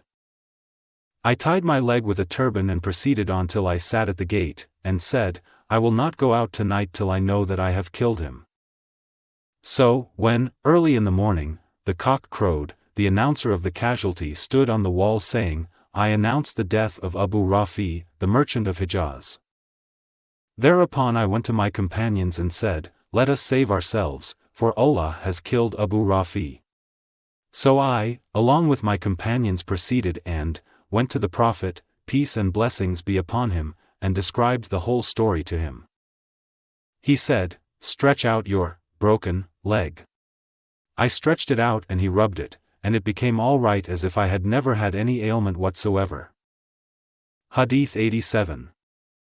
Narrated Al-Barā, Allah's Messenger, peace and blessings be upon him, sent Abdullāh bin Atiq and Abdullāh bin Utbah with a group of men to Abu Rafi, to kill him. They proceeded till they approached his castle, whereupon Abdullāh bin Atiq said to them, "Wait here, and in the meantime I will go and see." Abdullāh said later on, "I played a trick in order to enter the castle. By chance, they lost a donkey of theirs and came out carrying a flaming light to search for it. I was afraid that they would recognize me, so I covered my head and legs and pretended to answer the call to nature. The gatekeeper called, 'Whoever wants to come in, should come in before I close the gate.' So I went in and hid myself in a stall of a donkey near the gate of the castle. They took their supper with Abu Rafi and had a chat till late at night. Then they went back to their homes. When the voices vanished and I no longer detected any movement, I came out. I had seen where the gatekeeper had kept the key of the castle in a hole in the wall. I took it and unlocked the gate of the castle, saying to myself, if these people should notice me, I will run away easily. Then I locked all the doors of their houses from outside while they were inside, and ascended to Abu Rafi by a staircase. I saw the house in complete darkness with its light off, and I could not know where the man was. So I called, "O Abu Rafi." He replied, "Who is it?" I proceeded towards the voice and hit him. He cried loudly, but my blow was futile. Then I came to him, pretending to help him, saying with a different tone of my voice, "What is wrong with you, O Abu Rafi?" He said, "Are you not surprised? Woe on your mother! A man has come to me and hit me with a sword." So again I aimed at him and hit him, but the blow proved futile again, and on that Abu Rafi cried loudly and his wife got up. I came again and changed my voice as if I were a helper, and found Abu Rafi lying straight on his back, so I drove the sword into his belly and bent on it till I heard the sound of a bone break. Then I came out, filled with astonishment, and went to the staircase to descend, but I fell down from it and got my leg dislocated. I bandaged it and went to my companions limping. I said to them, "Go and tell Allah's Messenger, peace and blessings be upon him, of this good news, but I will not leave this place till I hear the news of his," that is, Abu Rafi's, death. When dawn broke, an announcer of death got over the wall and announced, "I convey to you the news of Abu Rafi's death." I got up and proceeded without feeling any pain till I caught up with my companions before they reached the Prophet, peace and blessings be upon him, to whom I conveyed the good news. Hadith 88. Narrated Ibn Abbas, on the day of Uhud, the Prophet, peace and blessings be upon him, said, "This is Gabriel holding the head of his horse and equipped with war material." Hadith 89. Narrated Uqbah bin Amir, Allah's Messenger, peace and blessings be upon him, offered the funeral prayers of the martyrs of Uhud 8 years after their death, as if bidding farewell to the living and the dead. Then he ascended the pulpit and said, "I am your predecessor before you, and I am a witness on you, and your promised place to meet me will be Al-Hawd, that is, the tank, on the day of resurrection, and I am, now, looking at it from this place of mine. I am not afraid that you will worship others besides Allah, but I am afraid that worldly life will tempt you and cause you to compete with each other for it." That was the last look which I cast on Allah's Messenger, peace and blessings be upon him. Hadith 90. Narrated Al-Bara, we faced the pagans on that day, of the Battle of Uhud, and the Prophet, peace and blessings be upon him, placed a batch of archers, at a special place, and appointed Abdullāh bin Jubayr, as their commander and said, "Do not leave this place, if you should see us conquering the enemy, do not leave this place, and if you should see them conquering us, do not come to help us." So, when we faced the enemy, they took to their heels till I saw their women running towards the mountain, lifting up their clothes from their legs, revealing their leg bangles. The Muslims started saying, "The booty, the booty." Abdullāh bin Jubayr said, "The Prophet, peace and blessings be upon him, had taken a firm promise from me not to leave this place. But his companions refused to stay. So when they refused to stay there, Allah confused them so that they could not know where to go, and they suffered 70 casualties. Abu Sufyan ascended a high place and said, "Is Muhammad present amongst the people?" The Prophet, peace and blessings be upon him, said, "Do not answer him." Abu Sufyan said, "Is the son of Abu Quhafa present among the people?" The Prophet, peace and blessings be upon him, said, "Do not answer him." Abu Sufyan said, "Is the son of Al-Khattab amongst the people?" He then added, "All these people have been killed, for were they alive, they would have replied." On that, Umar could not help saying, "You are a liar, O enemy of Allah. Allah has kept what will make you unhappy." Abu Sufyan said, "Superior may be Hubal." On that, the Prophet, peace and blessings be upon him, said to his companions, "Reply to him." They asked, "What may we say?" He said, "Say, Allah is more elevated and more majestic." Abu Sufyan said, "We have the idol Al-Uzza, whereas you have no Uzza. The Prophet, peace and blessings be upon him, said to his companions, reply to him. They said, what may we say? The Prophet, peace and blessings be upon him, said, say, Allah is our helper and you have no helper. Abu Sufyan said, this day compensates for our loss at Badr and, in the battle, the victory is always undecided and shared in turns by the belligerents. You will see some of your dead men mutilated, but neither did I urge this action, nor am I sorry for it. Narrated Jabir, some people took wine in the morning of the day of Uhud and were then killed as martyrs. Hadith 91. Narrated Sa'd bin Ibrahim, a meal was brought to Abdur-Rahman bin Auf while he was fasting. He said, Mus'ab bin Umayr was martyred, and he was better than I, yet he was shrouded in a burda, that is, a sheet, so that, if his head was covered, his feet became naked, and if his feet were covered, his head became naked. Abdur-Rahman added, Hamza was martyred and he was better than I. Then worldly wealth was bestowed upon us and we were given thereof too much. We are afraid that the reward of our deeds has been given to us in this life. Abdur-Rahman then started weeping so much that he left the food. Hadith 92. Narrated Jabir bin Abdullāh, on the day of the Battle of Uhud, a man came to the Prophet, peace and blessings be upon him, and said, can you tell me where I will be if I should get martyred? The Prophet, peace and blessings be upon him, replied, in paradise. The man threw away some dates he was carrying in his hand, and fought till he was martyred. Hadith 93. Narrated Ka'b bin Al-Ashraf, we migrated in the company of Allah's Messenger, peace and blessings be upon him, seeking Allah's pleasure. So our reward became due and sure with Allah.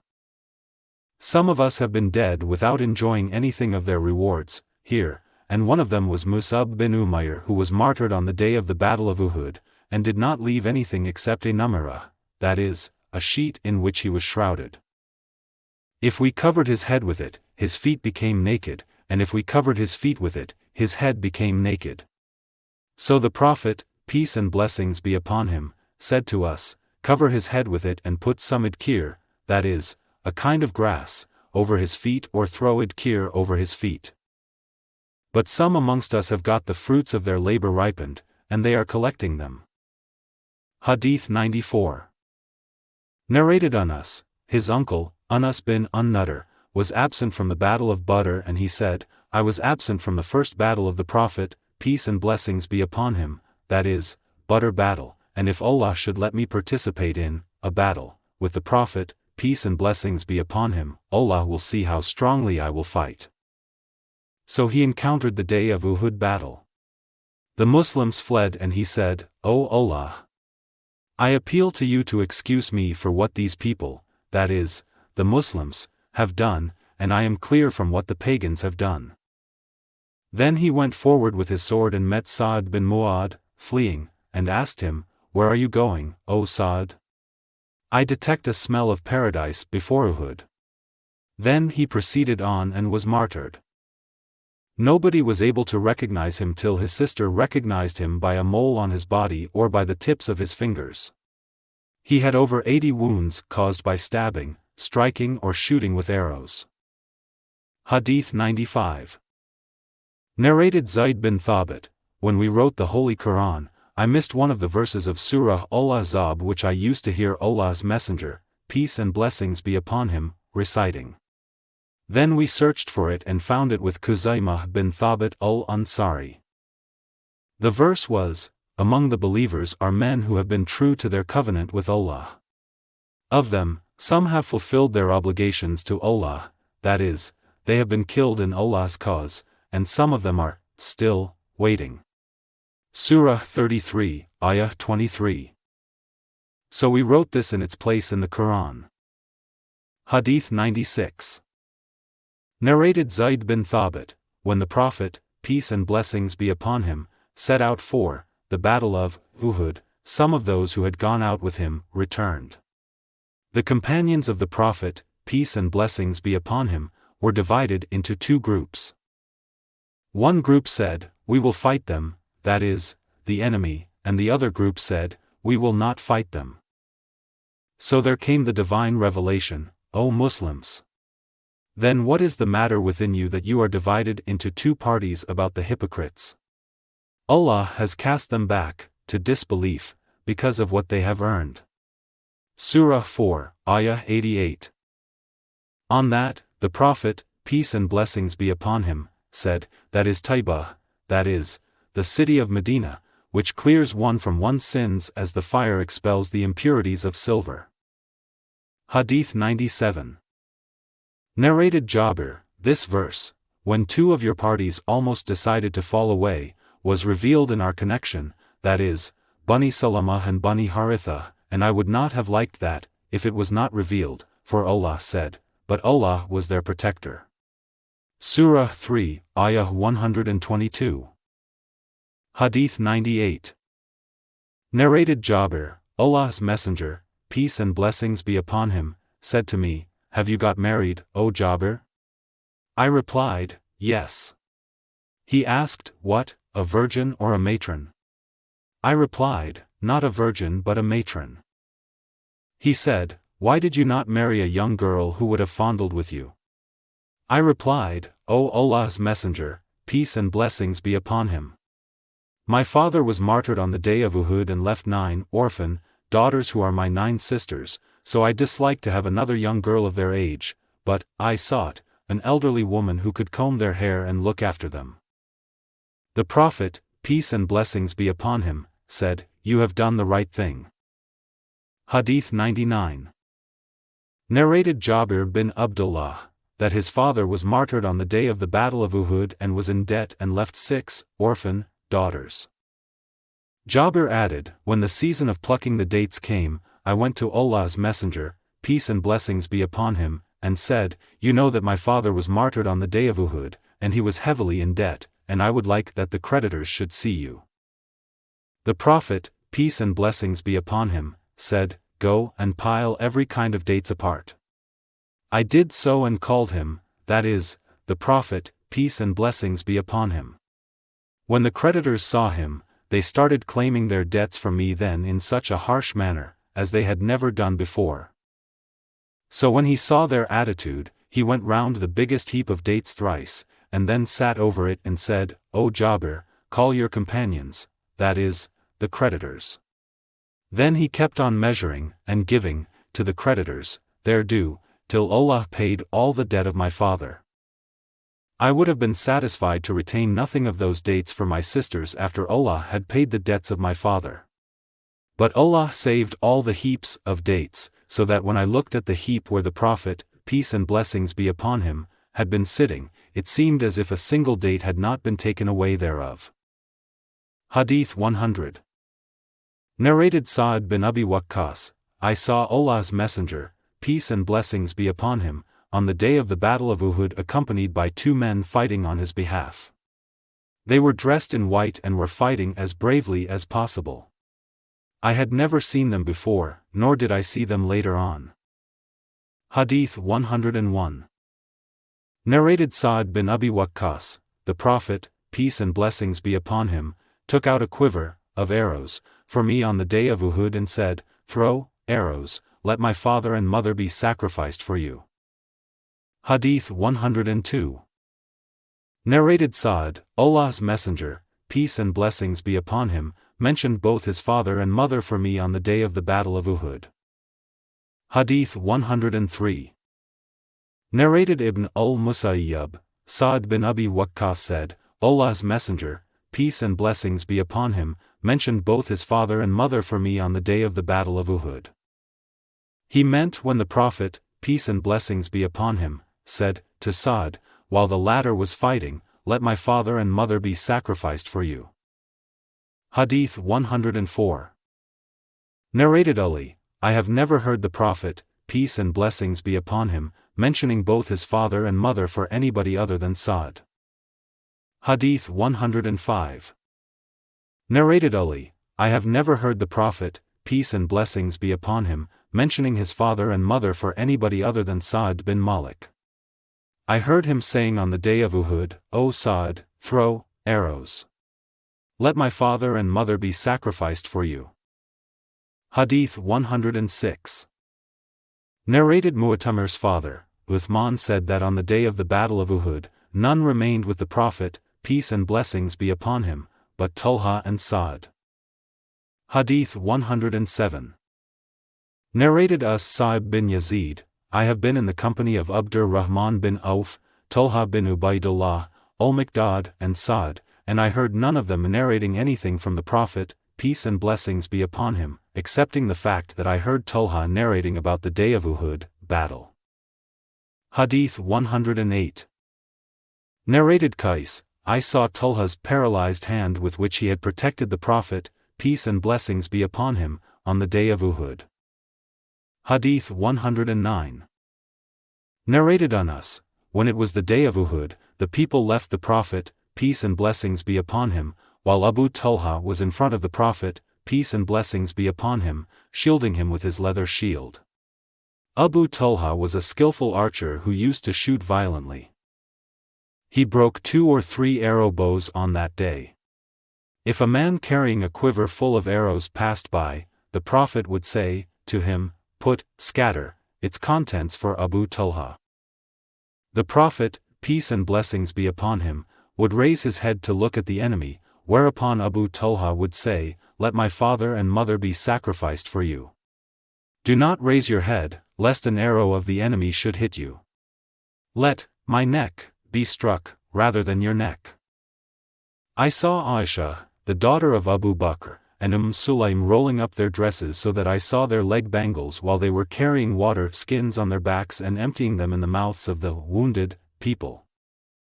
They would return to refill them and again empty them in the mouths of the wounded people. The sword fell from Abu Talha's hand twice or thrice, on that day. Hadith 110. Narrated Aisha, when it was the day of Uhud, the pagans were defeated. Then Satan, Allah's curse be upon him, cried loudly, O Allah's worshippers, beware of what is behind. On that, the front files of the Muslim forces turned their backs and started fighting with the back files. Hudayfah looked, and on seeing his father Al-Yaman, he shouted, O Allah's worshippers, my father, my father. But by Allah, they did not stop till they killed him. Hudayfah said, May Allah forgive you. The sub-narrator, Urwa, said, By Allah, Hudayfah continued asking Allah's forgiveness for the killers of his father till he departed to Allah, that is, died. Hadith 111. Narrated Uthman bin Mawhab, a man came to perform the Hajj to Allah's house. Seeing some people sitting, he said, Who are these sitting people? Somebody said, They are the people of Quraish. He said, Who is the old man? They said, Ibn Umar. He went to him and said, I want to ask you about something, will you tell me about it? I ask you with the respect due to the sanctity of this sacred house, do you know that Uthman bin Affan fled on the day of Uhud? Ibn Umar said, Yes. He said, Do you know that he, that is, Uthman, was absent from the Badr battle, and did not join it? Ibn Umar said, Yes. He said, Do you know that he failed to be present at the Ridwan Pledge of Allegiance, that is, Pledge of Allegiance at Hudaybiyah, and did not witness it? Ibn Umar replied, Yes.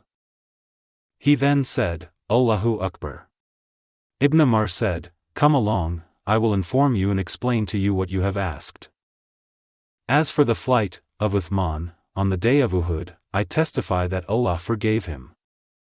As regards his absence from the Badr battle, he was married to the daughter of Allah's Messenger, peace and blessings be upon him, and she was ill, so the Prophet, peace and blessings be upon him, said to him, You will have such reward as a man who has fought the Badr battle will get, and will also have the same share of the booty. As for his absence from the Ridwan Pledge of Allegiance, if there had been anybody more respected by the Meccans than Uthman bin Affan, the Prophet, peace and blessings be upon him, would surely have sent that man instead of Uthman. So the Prophet, peace and blessings be upon him, sent him, that is, Uthman to Makkah, and the Ridwan pledge of allegiance took place after Uthman had gone to Makkah. The Prophet, peace and blessings be upon him, raised his right hand, saying, "This is the hand of Uthman," and clapped it over his other hand and said, "This is for Uthman." Ibn Umar then said, to the man, "Go now," after taking this information. Hadith 112. Narrated Al-Barā bin Azib, the Prophet, peace and blessings be upon him, appointed Abdullāh bin Jubayr as the commander of the cavalry archers on the day of the Battle of Uhud. Then they returned defeated, and that is what is referred to by Allah's statement, "And the Apostle, Muhammad, was in your rear calling you back." Surah 3, Ayah 153. Hadith 113. Abu Talha said, "I was amongst those who were overtaken by slumber until my sword fell from my hand on several occasions. The sword fell and I picked it up, and it fell again, and I picked it up." Hadith 114. Narrated Salim's father, that he heard Allah's Messenger, peace and blessings be upon him, when raising his head from bowing of the first rak'ah of the morning prayer, saying, "O Allah, curse so-and-so and so-and-so," after he had said, "Allah hears him who sends his praises to him. Our Lord, all the praises are for you." So Allah revealed, "Not for you, O Muhammad," till the end of verse, "They are indeed wrongdoers." Surah 3, Ayah 128. Hadith 115. Salim bin Abdullah said, Allah's Messenger, peace and blessings be upon him, used to invoke evil upon Safwan bin Umayyah, Suhail bin Amr and Al-Harith bin Hisham. So the verse was revealed, "Not for you, O Muhammad," till the end of verse, "For they are indeed wrongdoers." Surah 3, Ayah 128. Hadith 116. Narrated Tha'labah bin Abi Malik, Umar bin al-Khattab distributed woolen clothes amongst some women of Medina, and a nice woolen garment remained. Some of those who were sitting with him said, "O chief of the believers, give it to the daughter of Allah's Messenger, peace and blessings be upon him, who is with you," and by that, they meant Kulthum, the daughter of Ali. Umar said, Salit has got more right than she." Salit was amongst those Ansari women who had given the pledge of allegiance to Allah's Messenger, peace and blessings be upon him. Umar added, "She, that is, Salit, used to carry the filled water skins for us on the day of the Battle of Uhud." Hadith 117. Narrated Ja'far bin Amr bin Umayyah, "I went out with Ubaydullah bin Adi al-Qiyar.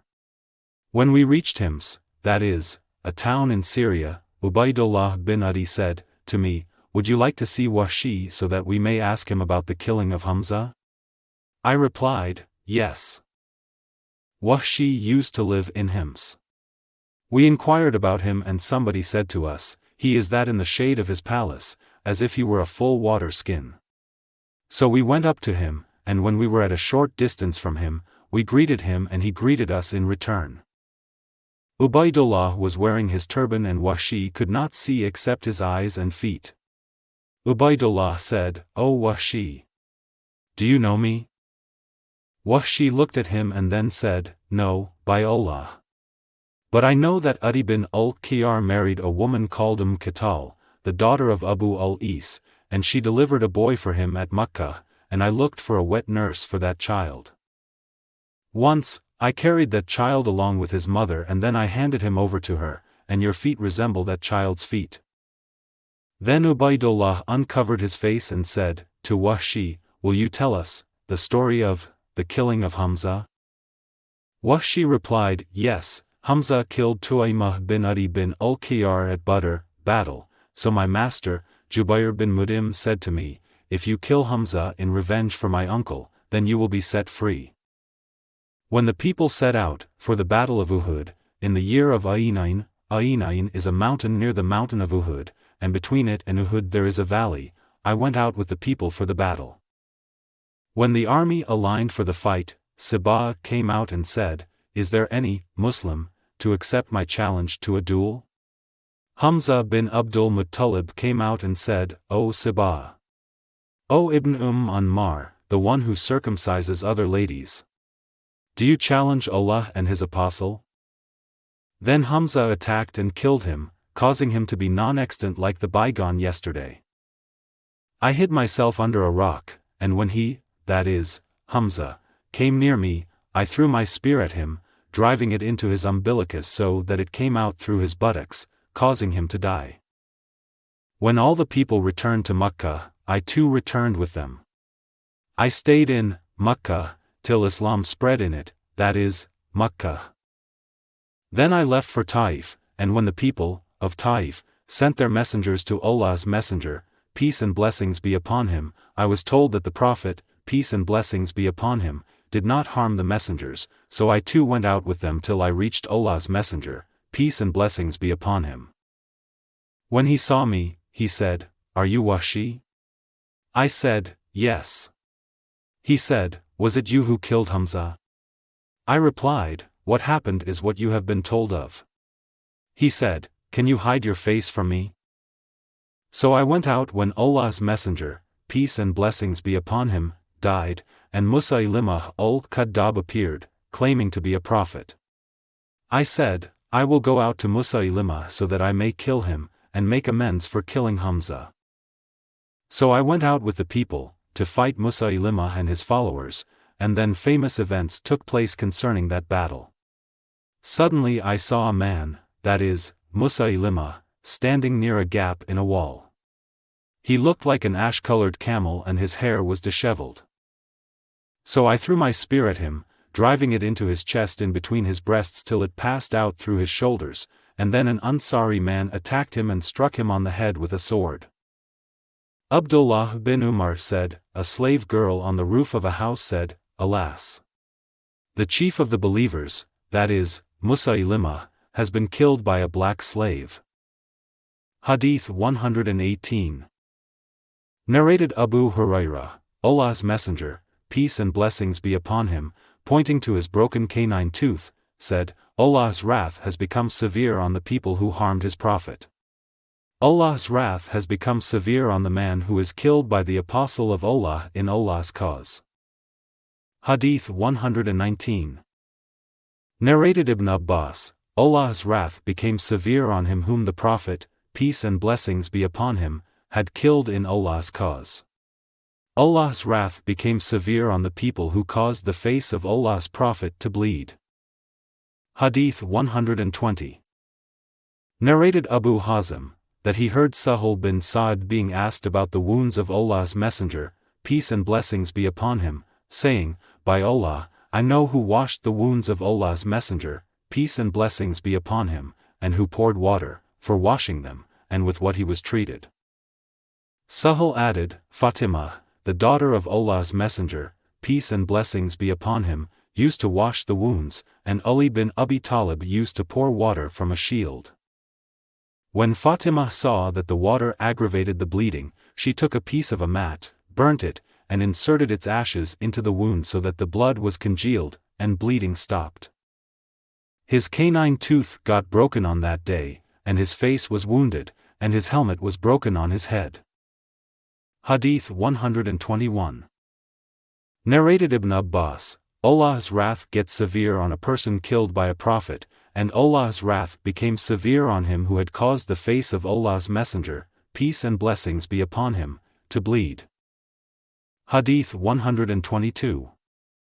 Narrated Aisha, regarding the holy verse, those who responded to the call of Allah and the Apostle, Muhammad, after being wounded, for those of them who did good deeds and refrain from wrong, there is a great reward.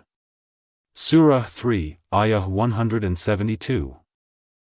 She said to Urwa, O my nephew, your father, Az-Zubayr and Abu Bakr were amongst them, that is, those who responded to the call of Allah and the Apostle on the day of the Battle of Uhud. When Allah's Messenger, peace and blessings be upon him, suffered what he suffered on the day of Uhud and the pagans left, the Prophet, peace and blessings be upon him, was afraid that they might return. So he said, Who will go on there, that is, pagans, track? He then selected 70 men from amongst them, for this purpose. The sub-narrator added, Abu Bakr and Az-Zubayr were amongst them. Hadith 123. Narrated Qatada, we do not know of any tribe amongst the Arab tribes who lost more martyrs than Al-Ansar, and they will have superiority on the day of resurrection. Anas bin Malik told us that 70 from the Ansar were martyred on the day of Uhud, and 70 on the day of the Battle of Bi'r Ma'una, and 70 on the day of Al-Yamamah. Anas added, the Battle of Bi'r Ma'una took place during the lifetime of Allah's Messenger, peace and blessings be upon him, and the Battle of Al-Yamamah during the Caliphate of Abu Bakr, and it was the day when Musaylimah al-Kadhdab was killed. Hadith 124. Narrated Jabir bin Abdullāh, Allah's Messenger, peace and blessings be upon him, used to shroud 2 martyrs of Uhud in one sheet and then say, which of them knew Quran more? When one of the 2 was pointed out, he would put him first in the grave. Then he said, I will be a witness for them on the day of resurrection. He ordered them to be buried with their blood on their bodies. Neither was the funeral prayer offered for them, nor were they washed. Jabir added, when my father was martyred, I started weeping and uncovering his face. The companions of the Prophet, peace and blessings be upon him, stopped me from doing so, but the Prophet, peace and blessings be upon him, did not stop me.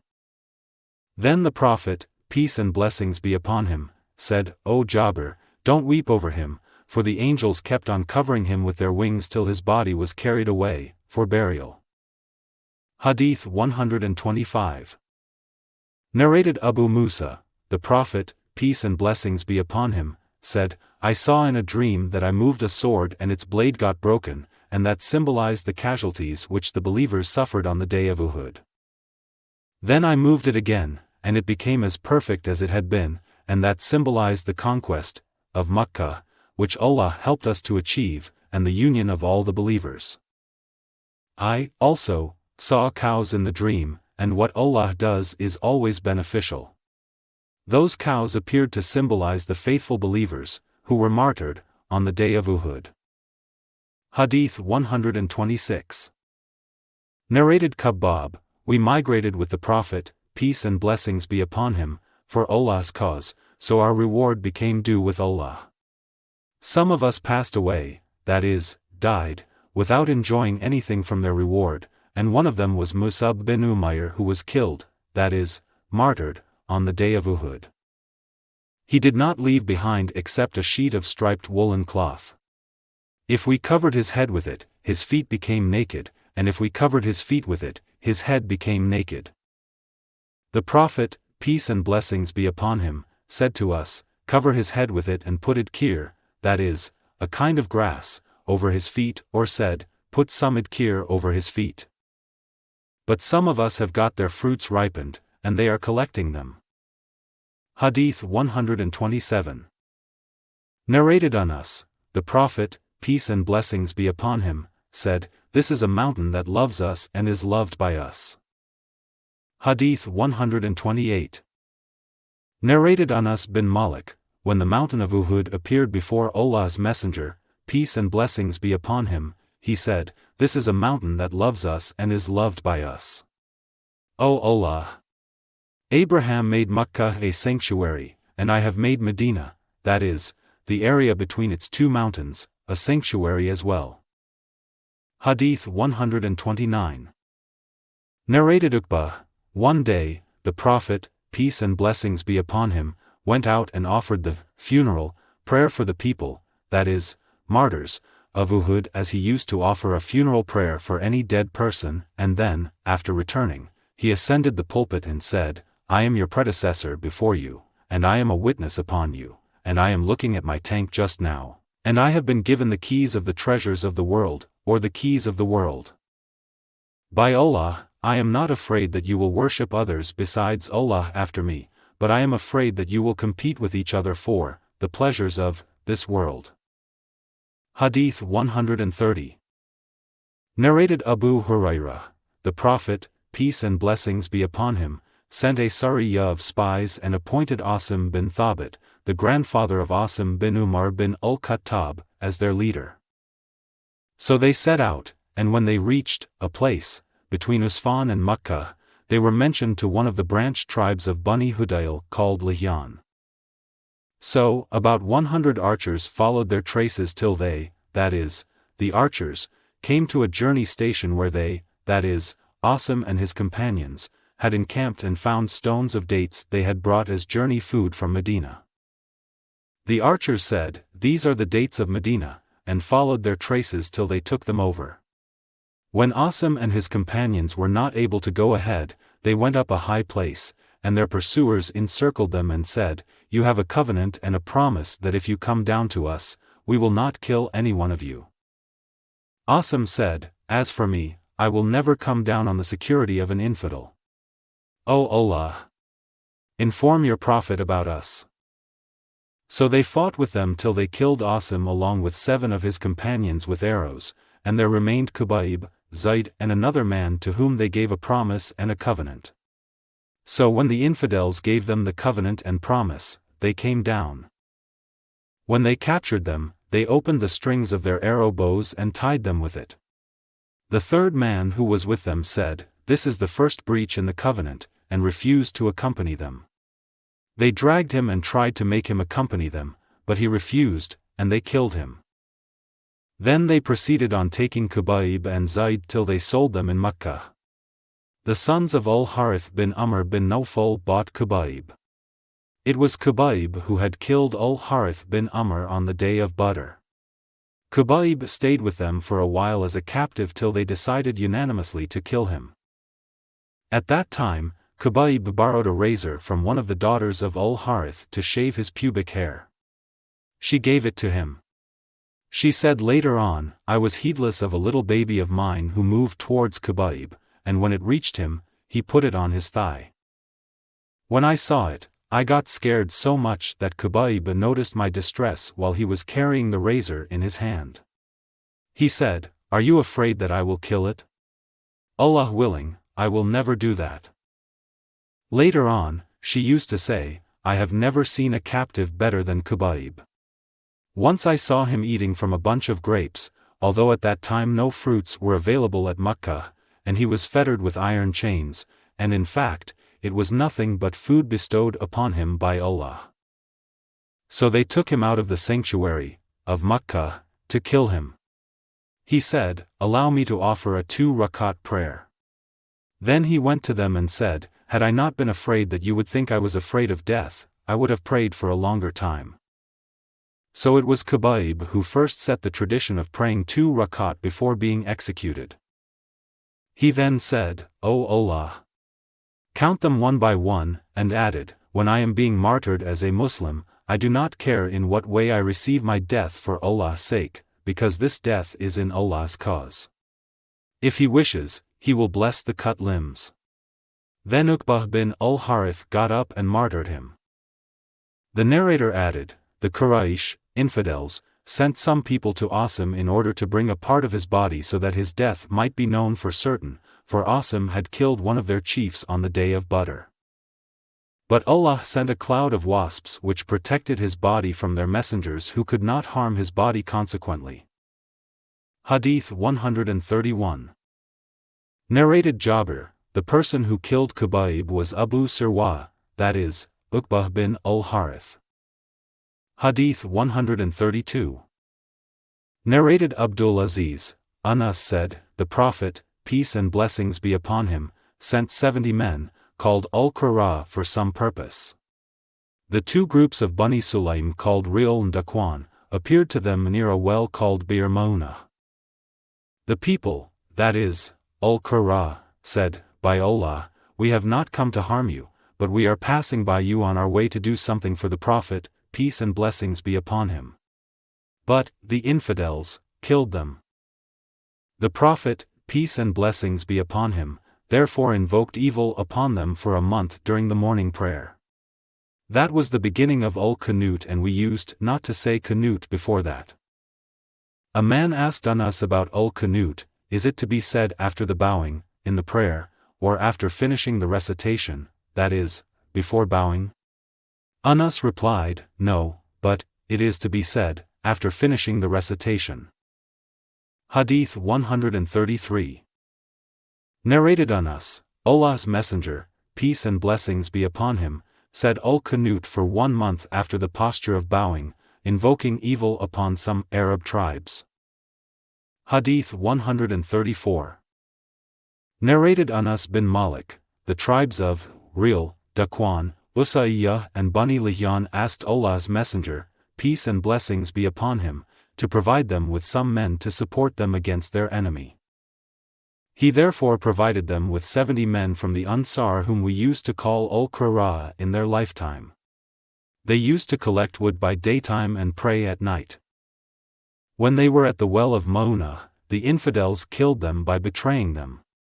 When this news reached the Prophet, peace and blessings be upon him, he said al-Qanut for 1 month in the morning prayer, invoking evil upon some of the Arab tribes, upon Ri'l, Dhakwan, Ushaira and Bani Lihyan. We used to read a verse of the Quran revealed in their connection, but later the verse was cancelled. It was, convey to our people on our behalf the information that we have met our Lord, and He is pleased with us, and has made us pleased. Anas bin Malik added, Allah's Prophet said Qanut for 1 month in the morning prayer, invoking evil upon some of the Arab tribes, namely, Ri'l, Dhakwan, Ushaira, and Bani Lihyan. Anas added, those 70 Ansari men were killed at the well of Ma'una. Hadith 135.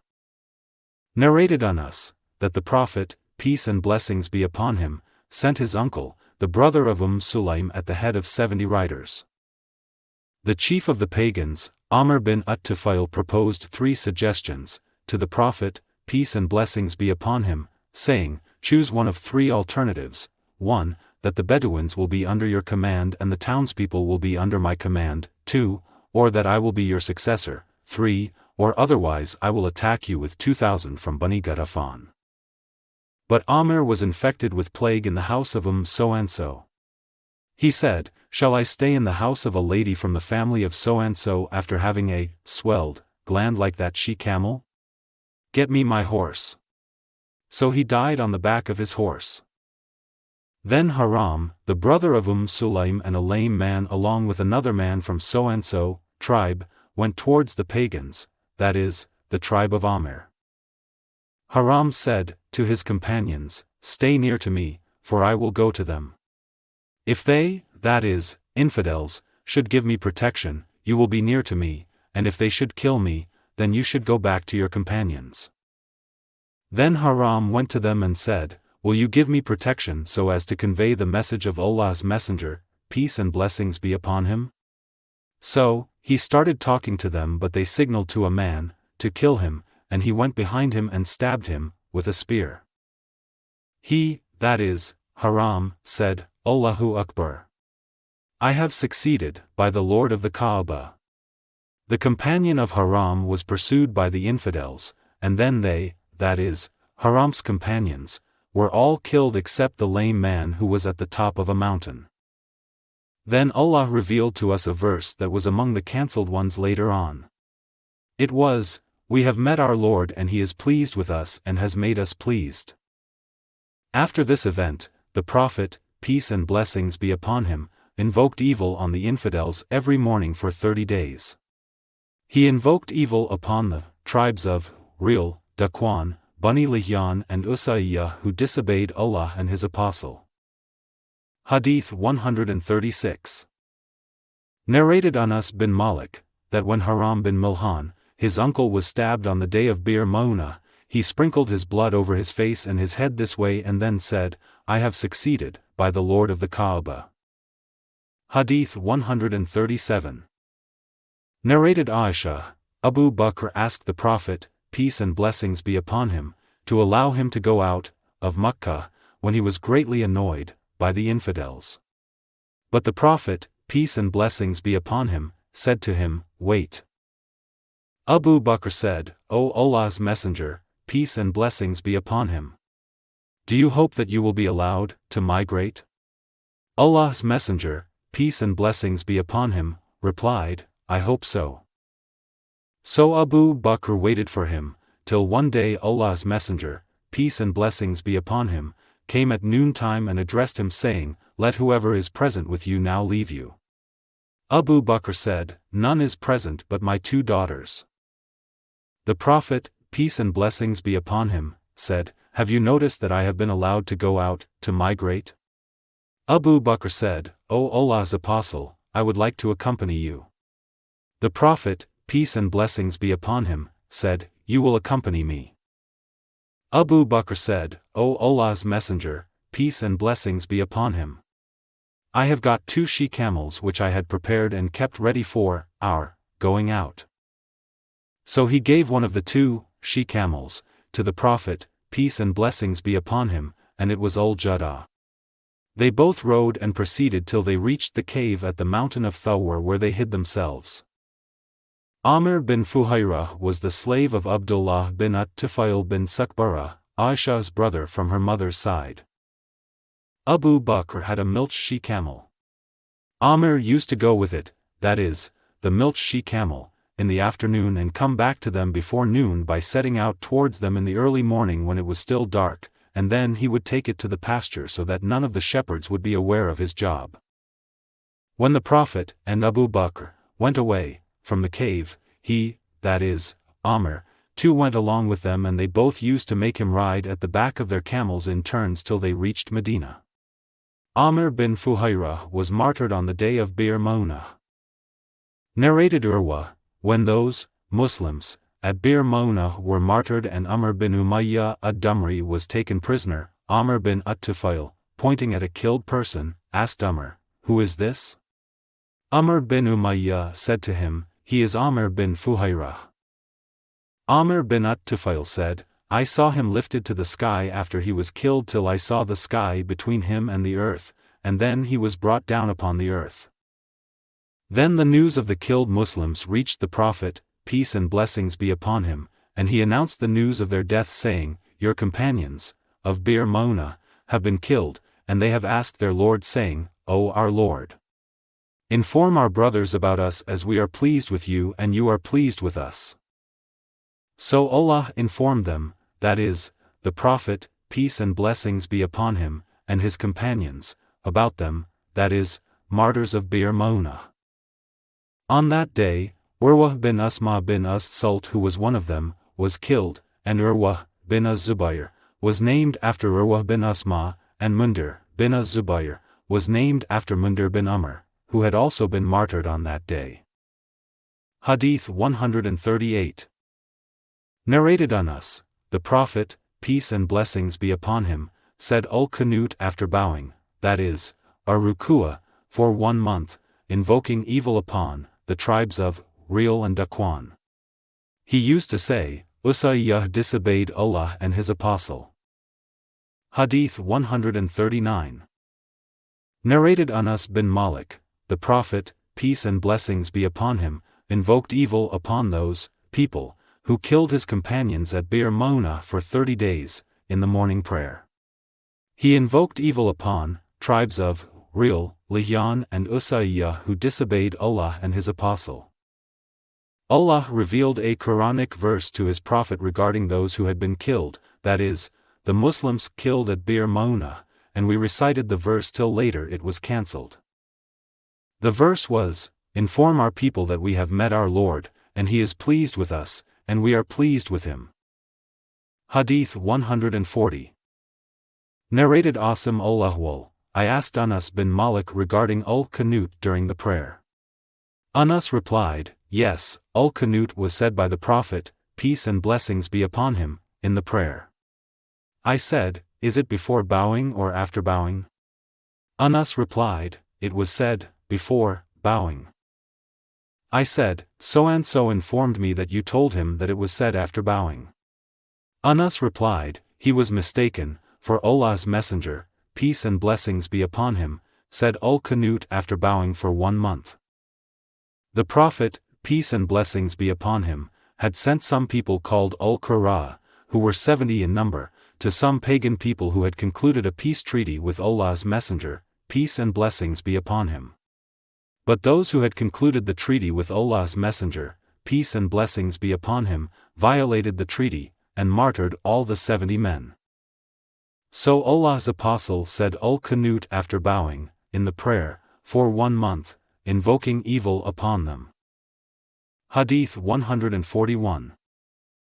Narrated Ibn Umar, that the Prophet, peace and blessings be upon him, inspected him on the day of Uhud while he was 14 years old, and the Prophet, peace and blessings be upon him, did not allow him to take part in the battle. He was inspected again by the Prophet, peace and blessings be upon him, on the day of Al-Khandaq, that is, Battle of the Trench, while he was 15 years old, and the Prophet, peace and blessings be upon him, allowed him to take part in the battle. Hadith 142. Narrated Sahal bin Sa'd, we were with Allah's Messenger, peace and blessings be upon him, in the trench, and some were digging the trench while we were carrying the earth on our shoulders. Allah's Messenger, peace and blessings be upon him, said, O Allah! There is no life except the life of the hereafter, so please forgive the emigrants and the Ansar. Hadith 143.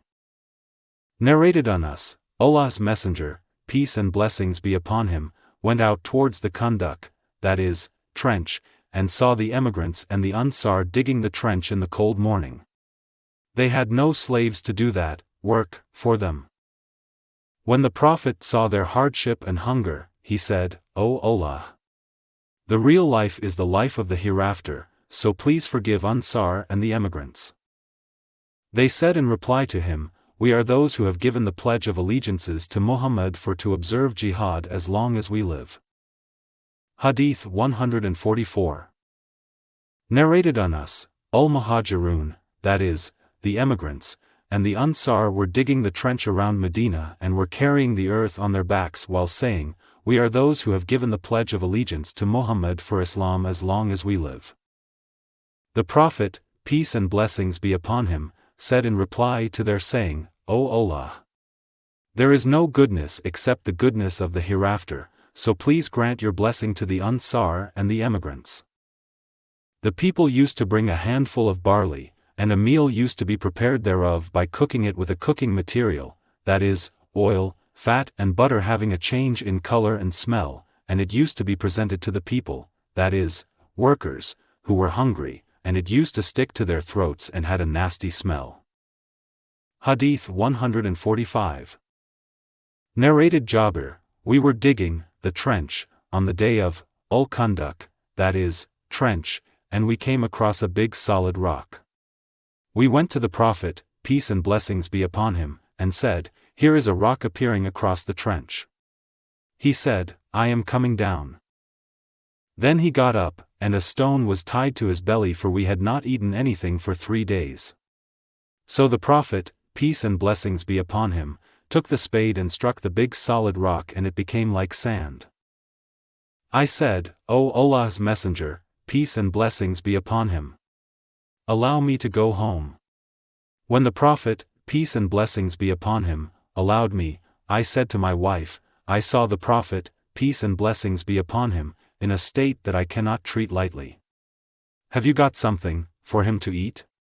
She replied, I have barley and a she-goat. So I slaughtered the she-kid and she ground the barley, then we put the meat in the earthenware cooking pot. Then I came to the Prophet, peace and blessings be upon him, when the dough had become soft and fermented and, the meat in, the pot over the stone trivet had nearly been well cooked, and said, I have got a little food prepared, so get up O Allah's Messenger, peace and blessings be upon him, you and 1 or 2 men along with you, for the food. The Prophet, peace and blessings be upon him, asked, how much is that food? I told him about it. He said, it is abundant and good. Tell your wife not to remove the earthenware pot from the fire and not to take out any bread from the oven till I reach there. Then he said, to all his companions, get up. So the Muhajirin, that is, emigrants, and the Ansar got up. When I came to my wife, I said, Allah's mercy be upon you. The Prophet came along with the Muhajirin and the Ansar and those who were present with them. She said, did the Prophet, peace and blessings be upon him, ask you, how much food you had? I replied, yes. Then the Prophet, peace and blessings be upon him, said, enter and do not throng. The Prophet, peace and blessings be upon him, started cutting the bread into pieces, and put the cooked meat over it. He covered the earthenware pot and the oven whenever he took something out of them. He would give the food to his companions and take the meat out of the pot. He went on cutting the bread and scooping the meat, for his companions, till they all ate their fill, and even then, some food remained. Then the Prophet, peace and blessings be upon him, said, to my wife, eat and present to others as the people are struck with hunger. Hadith 146. Narrated Jabir bin Abdullāh, when the trench was dug, I saw the Prophet, peace and blessings be upon him, in the state of severe hunger. So I returned to my wife and said, have you got anything to eat, for I have seen Allah's Messenger, peace and blessings be upon him, in a state of severe hunger.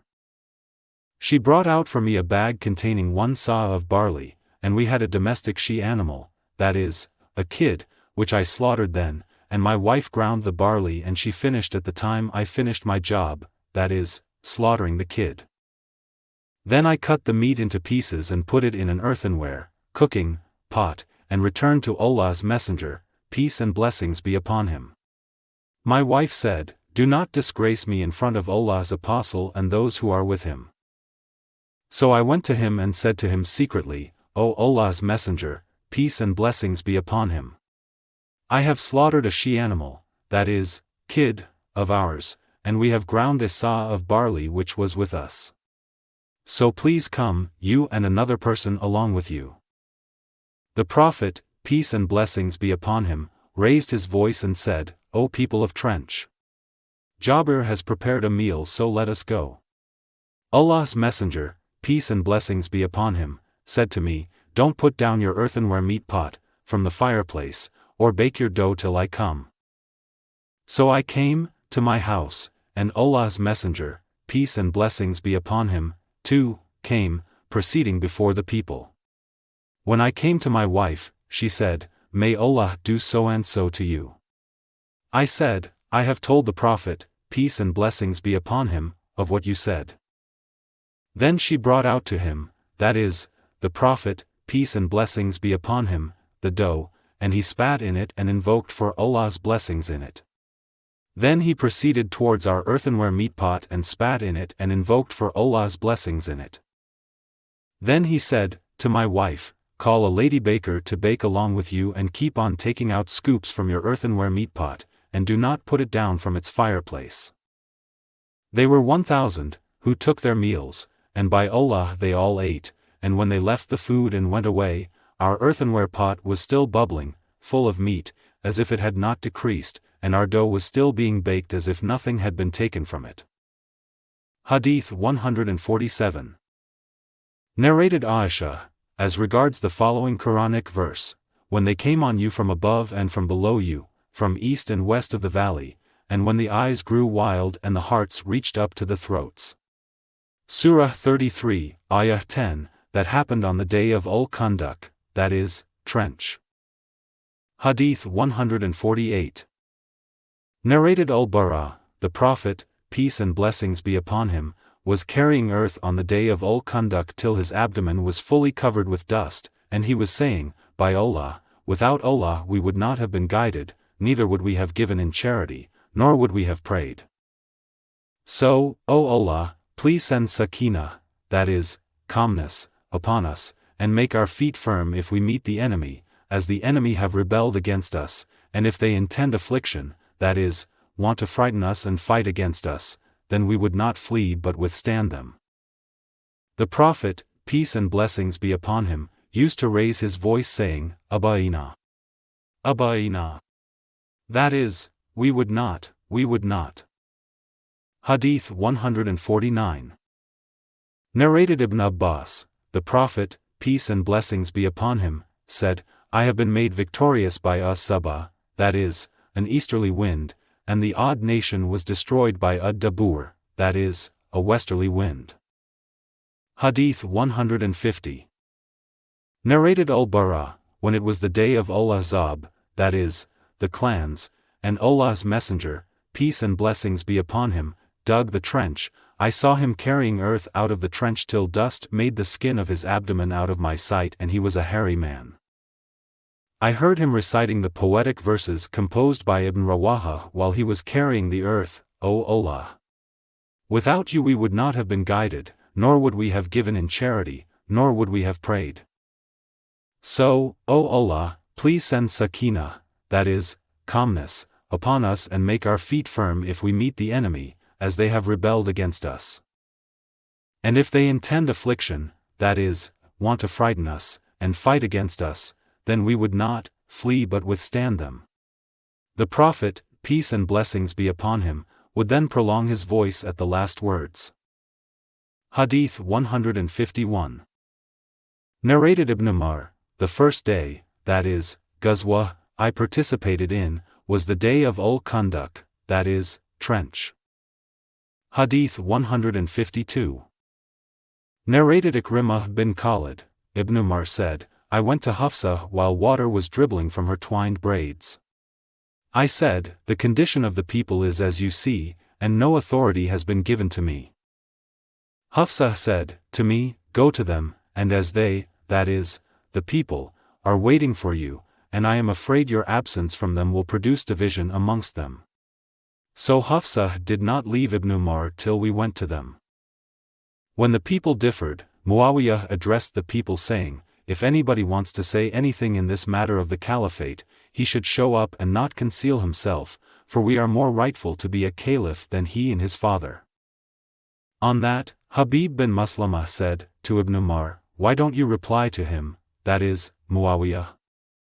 Abdullāh bin Umar said, I untied my garment that was going round my back and legs while I was sitting and was about to say, he who fought against you and against your father for the sake of Islam is more rightful to be a caliph, but I was afraid that my statement might produce differences amongst the people and cause bloodshed, and my statement might be interpreted not as I intended. So I kept quiet, remembering what Allah has prepared in the gardens of paradise, for those who are patient and prefer the hereafter to this worldly life. Habib said, you did what kept you safe and secure, that is, you were wise in doing so. Hadith 153. Narrated Sulaiman bin Surad, on the day of Al-Ahzab, that is, clans, the Prophet, peace and blessings be upon him, said, after this battle, we will go to attack them, that is, the infidels, and they will not come to attack us. Hadith 154. Narrated Sulaiman bin Surad, when the clans were driven away, I heard the Prophet, peace and blessings be upon him, saying, from now onwards we will go to attack them, that is, the infidels, and they will not come to attack us, but we will go to them. Hadith 155. Narrated Ali, on the day of Al-Khandaq, that is, trench, the Prophet, peace and blessings be upon him, said, let Allah fill their, that is, the infidels, houses and graves with fire just as they have prevented us from offering the middle prayer, that is, Asr prayer, till the sun had set. Hadith 156. Narrated Jabir bin Abdullāh, Umar bin al-Khattab came on the day of Al-Khandaq after the sun had set and he was abusing the infidels of Quraish saying, O Allah's Messenger, peace and blessings be upon him. I was unable to offer the Asr prayer till the sun was about to set. The Prophet, peace and blessings be upon him, said, by Allah, I have not offered this, that is, Asr prayer. So we came down along with the Prophet, peace and blessings be upon him, to Budhan where he performed ablution for the prayer and then we performed the ablution for it. Then he offered the Asr prayer after the sun had set, and after it he offered the Maghrib prayer. Hadith 157. Narrated Jabir, on the day of Al-Ahzab, that is, clans, Allah's Messenger, peace and blessings be upon him, said, who will bring us the news of the people, that is, the clans of Quraysh infidels? Az-Zubayr said, I. The Prophet, peace and blessings be upon him, again said, who will bring us the news of the people?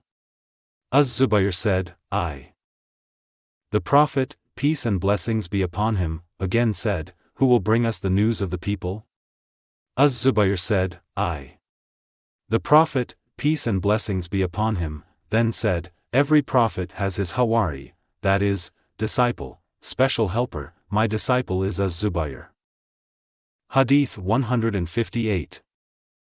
Narrated Abu Huraira, Allah's Messenger, peace and blessings be upon him, used to say, none has the right to be worshipped except Allah alone, who honored his warriors and made his slave victorious, and he, alone, defeated the infidel clans, so there is nothing after him. Hadith 159. Narrated Abdullāh bin Abi Awfa, Allah's Messenger, peace and blessings be upon him, invoked evil upon the clan saying, Allah, the revealer of the Holy Book, that is, the Quran, the quick taker of the accounts. Please defeat the clans. O Allah! Defeat them and shake them. Hadith 160. Narrated Abdullāh, whenever Allah's Messenger, peace and blessings be upon him, returned from a Ghazwa, Hajj or Umrah, he used to start, saying, Allahu Akbar, thrice, and then he would say, none has the right to be worshipped except Allah alone who has no partners.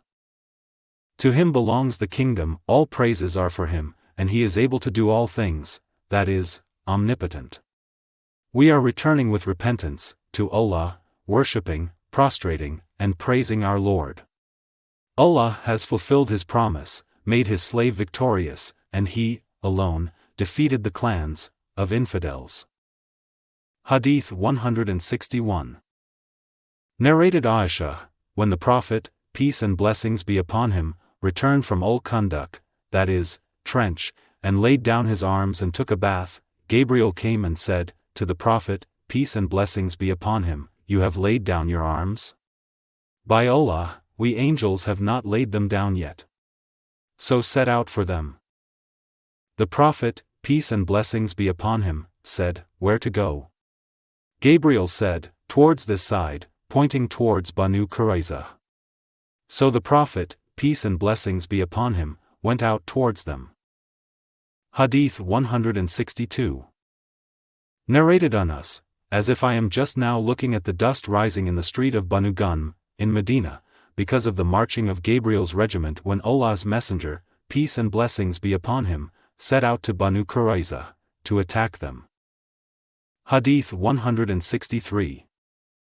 Narrated Ibn Umar, on the day of Al-Ahzab, that is, clans, the Prophet, peace and blessings be upon him, said, none of you, Muslims, should offer the Asr prayer but at Bani Quraiza's place.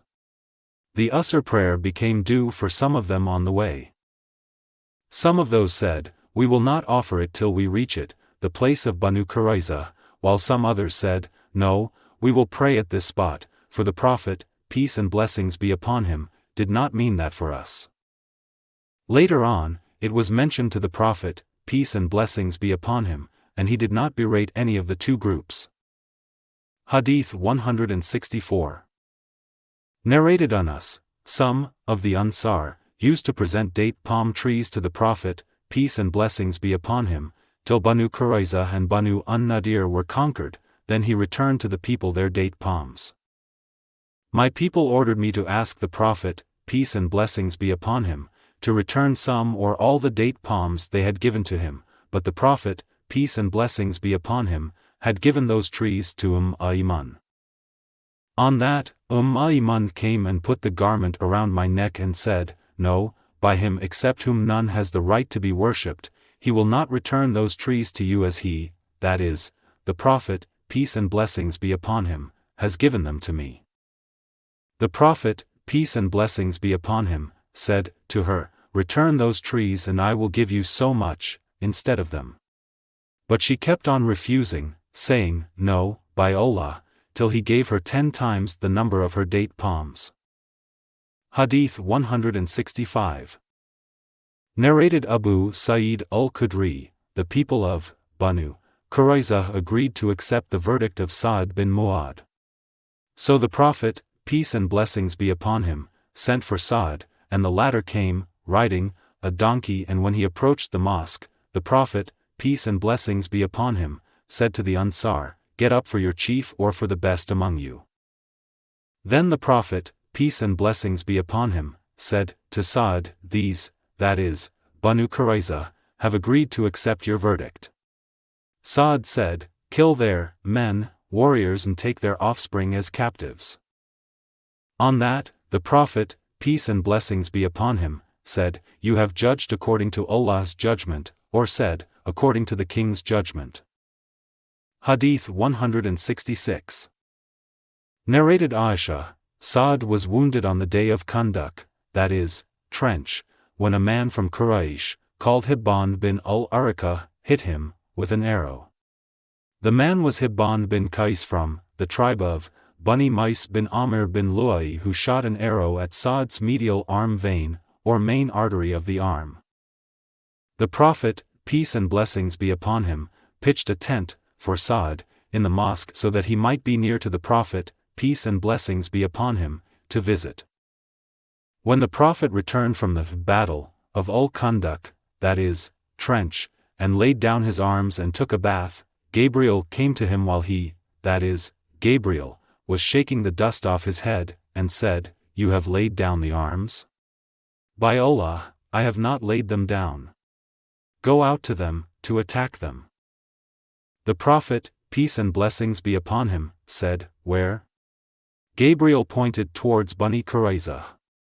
So Allah's Messenger, peace and blessings be upon him, went to them, that is, Bani Quraiza, that is, besieged them. They then surrendered to the Prophet's judgment, but he directed them to Sa'd to give his verdict concerning them. Sa'd said, I give my judgment that their warriors should be killed, their women and children should be taken as captives, and their properties distributed. Narrated Hisham, my father informed me that Aisha said, Sa'd said, O Allah! You know that there is nothing more beloved to me than to fight in your cause against those who disbelieved your apostle and turned him out of Makkah. O Allah! I think you have put to an end the fight between us and them, that is, Quraysh infidels. And if there still remains any fight with the Quraysh infidels, then keep me alive till I fight against them for your sake. But if you have brought the war to an end, then let this wound burst and cause my death thereby. So blood gushed from the wound. There was a tent in the mosque belonging to Banu Ghifar who were surprised by the blood flowing towards them. They said, O people of the tent! What is this thing which is coming to us from your side? Behold! Blood was flowing profusely out of Sa'd's wound. Sa'd then died because of that. Hadith 167. Narrated Al-Barā, the Prophet, peace and blessings be upon him, said to Hassan, abuse them, with your poems, and Gabriel is with you, that is, supports you. Through another group of sub-narrators, Al-Barā bin Azib said, on the day of Quraiza's besiege, Allah's Messenger, peace and blessings be upon him, said to Hassan bin Thabit, abuse them, with your poems, and Gabriel is with you, that is, supports you. Hadith 168.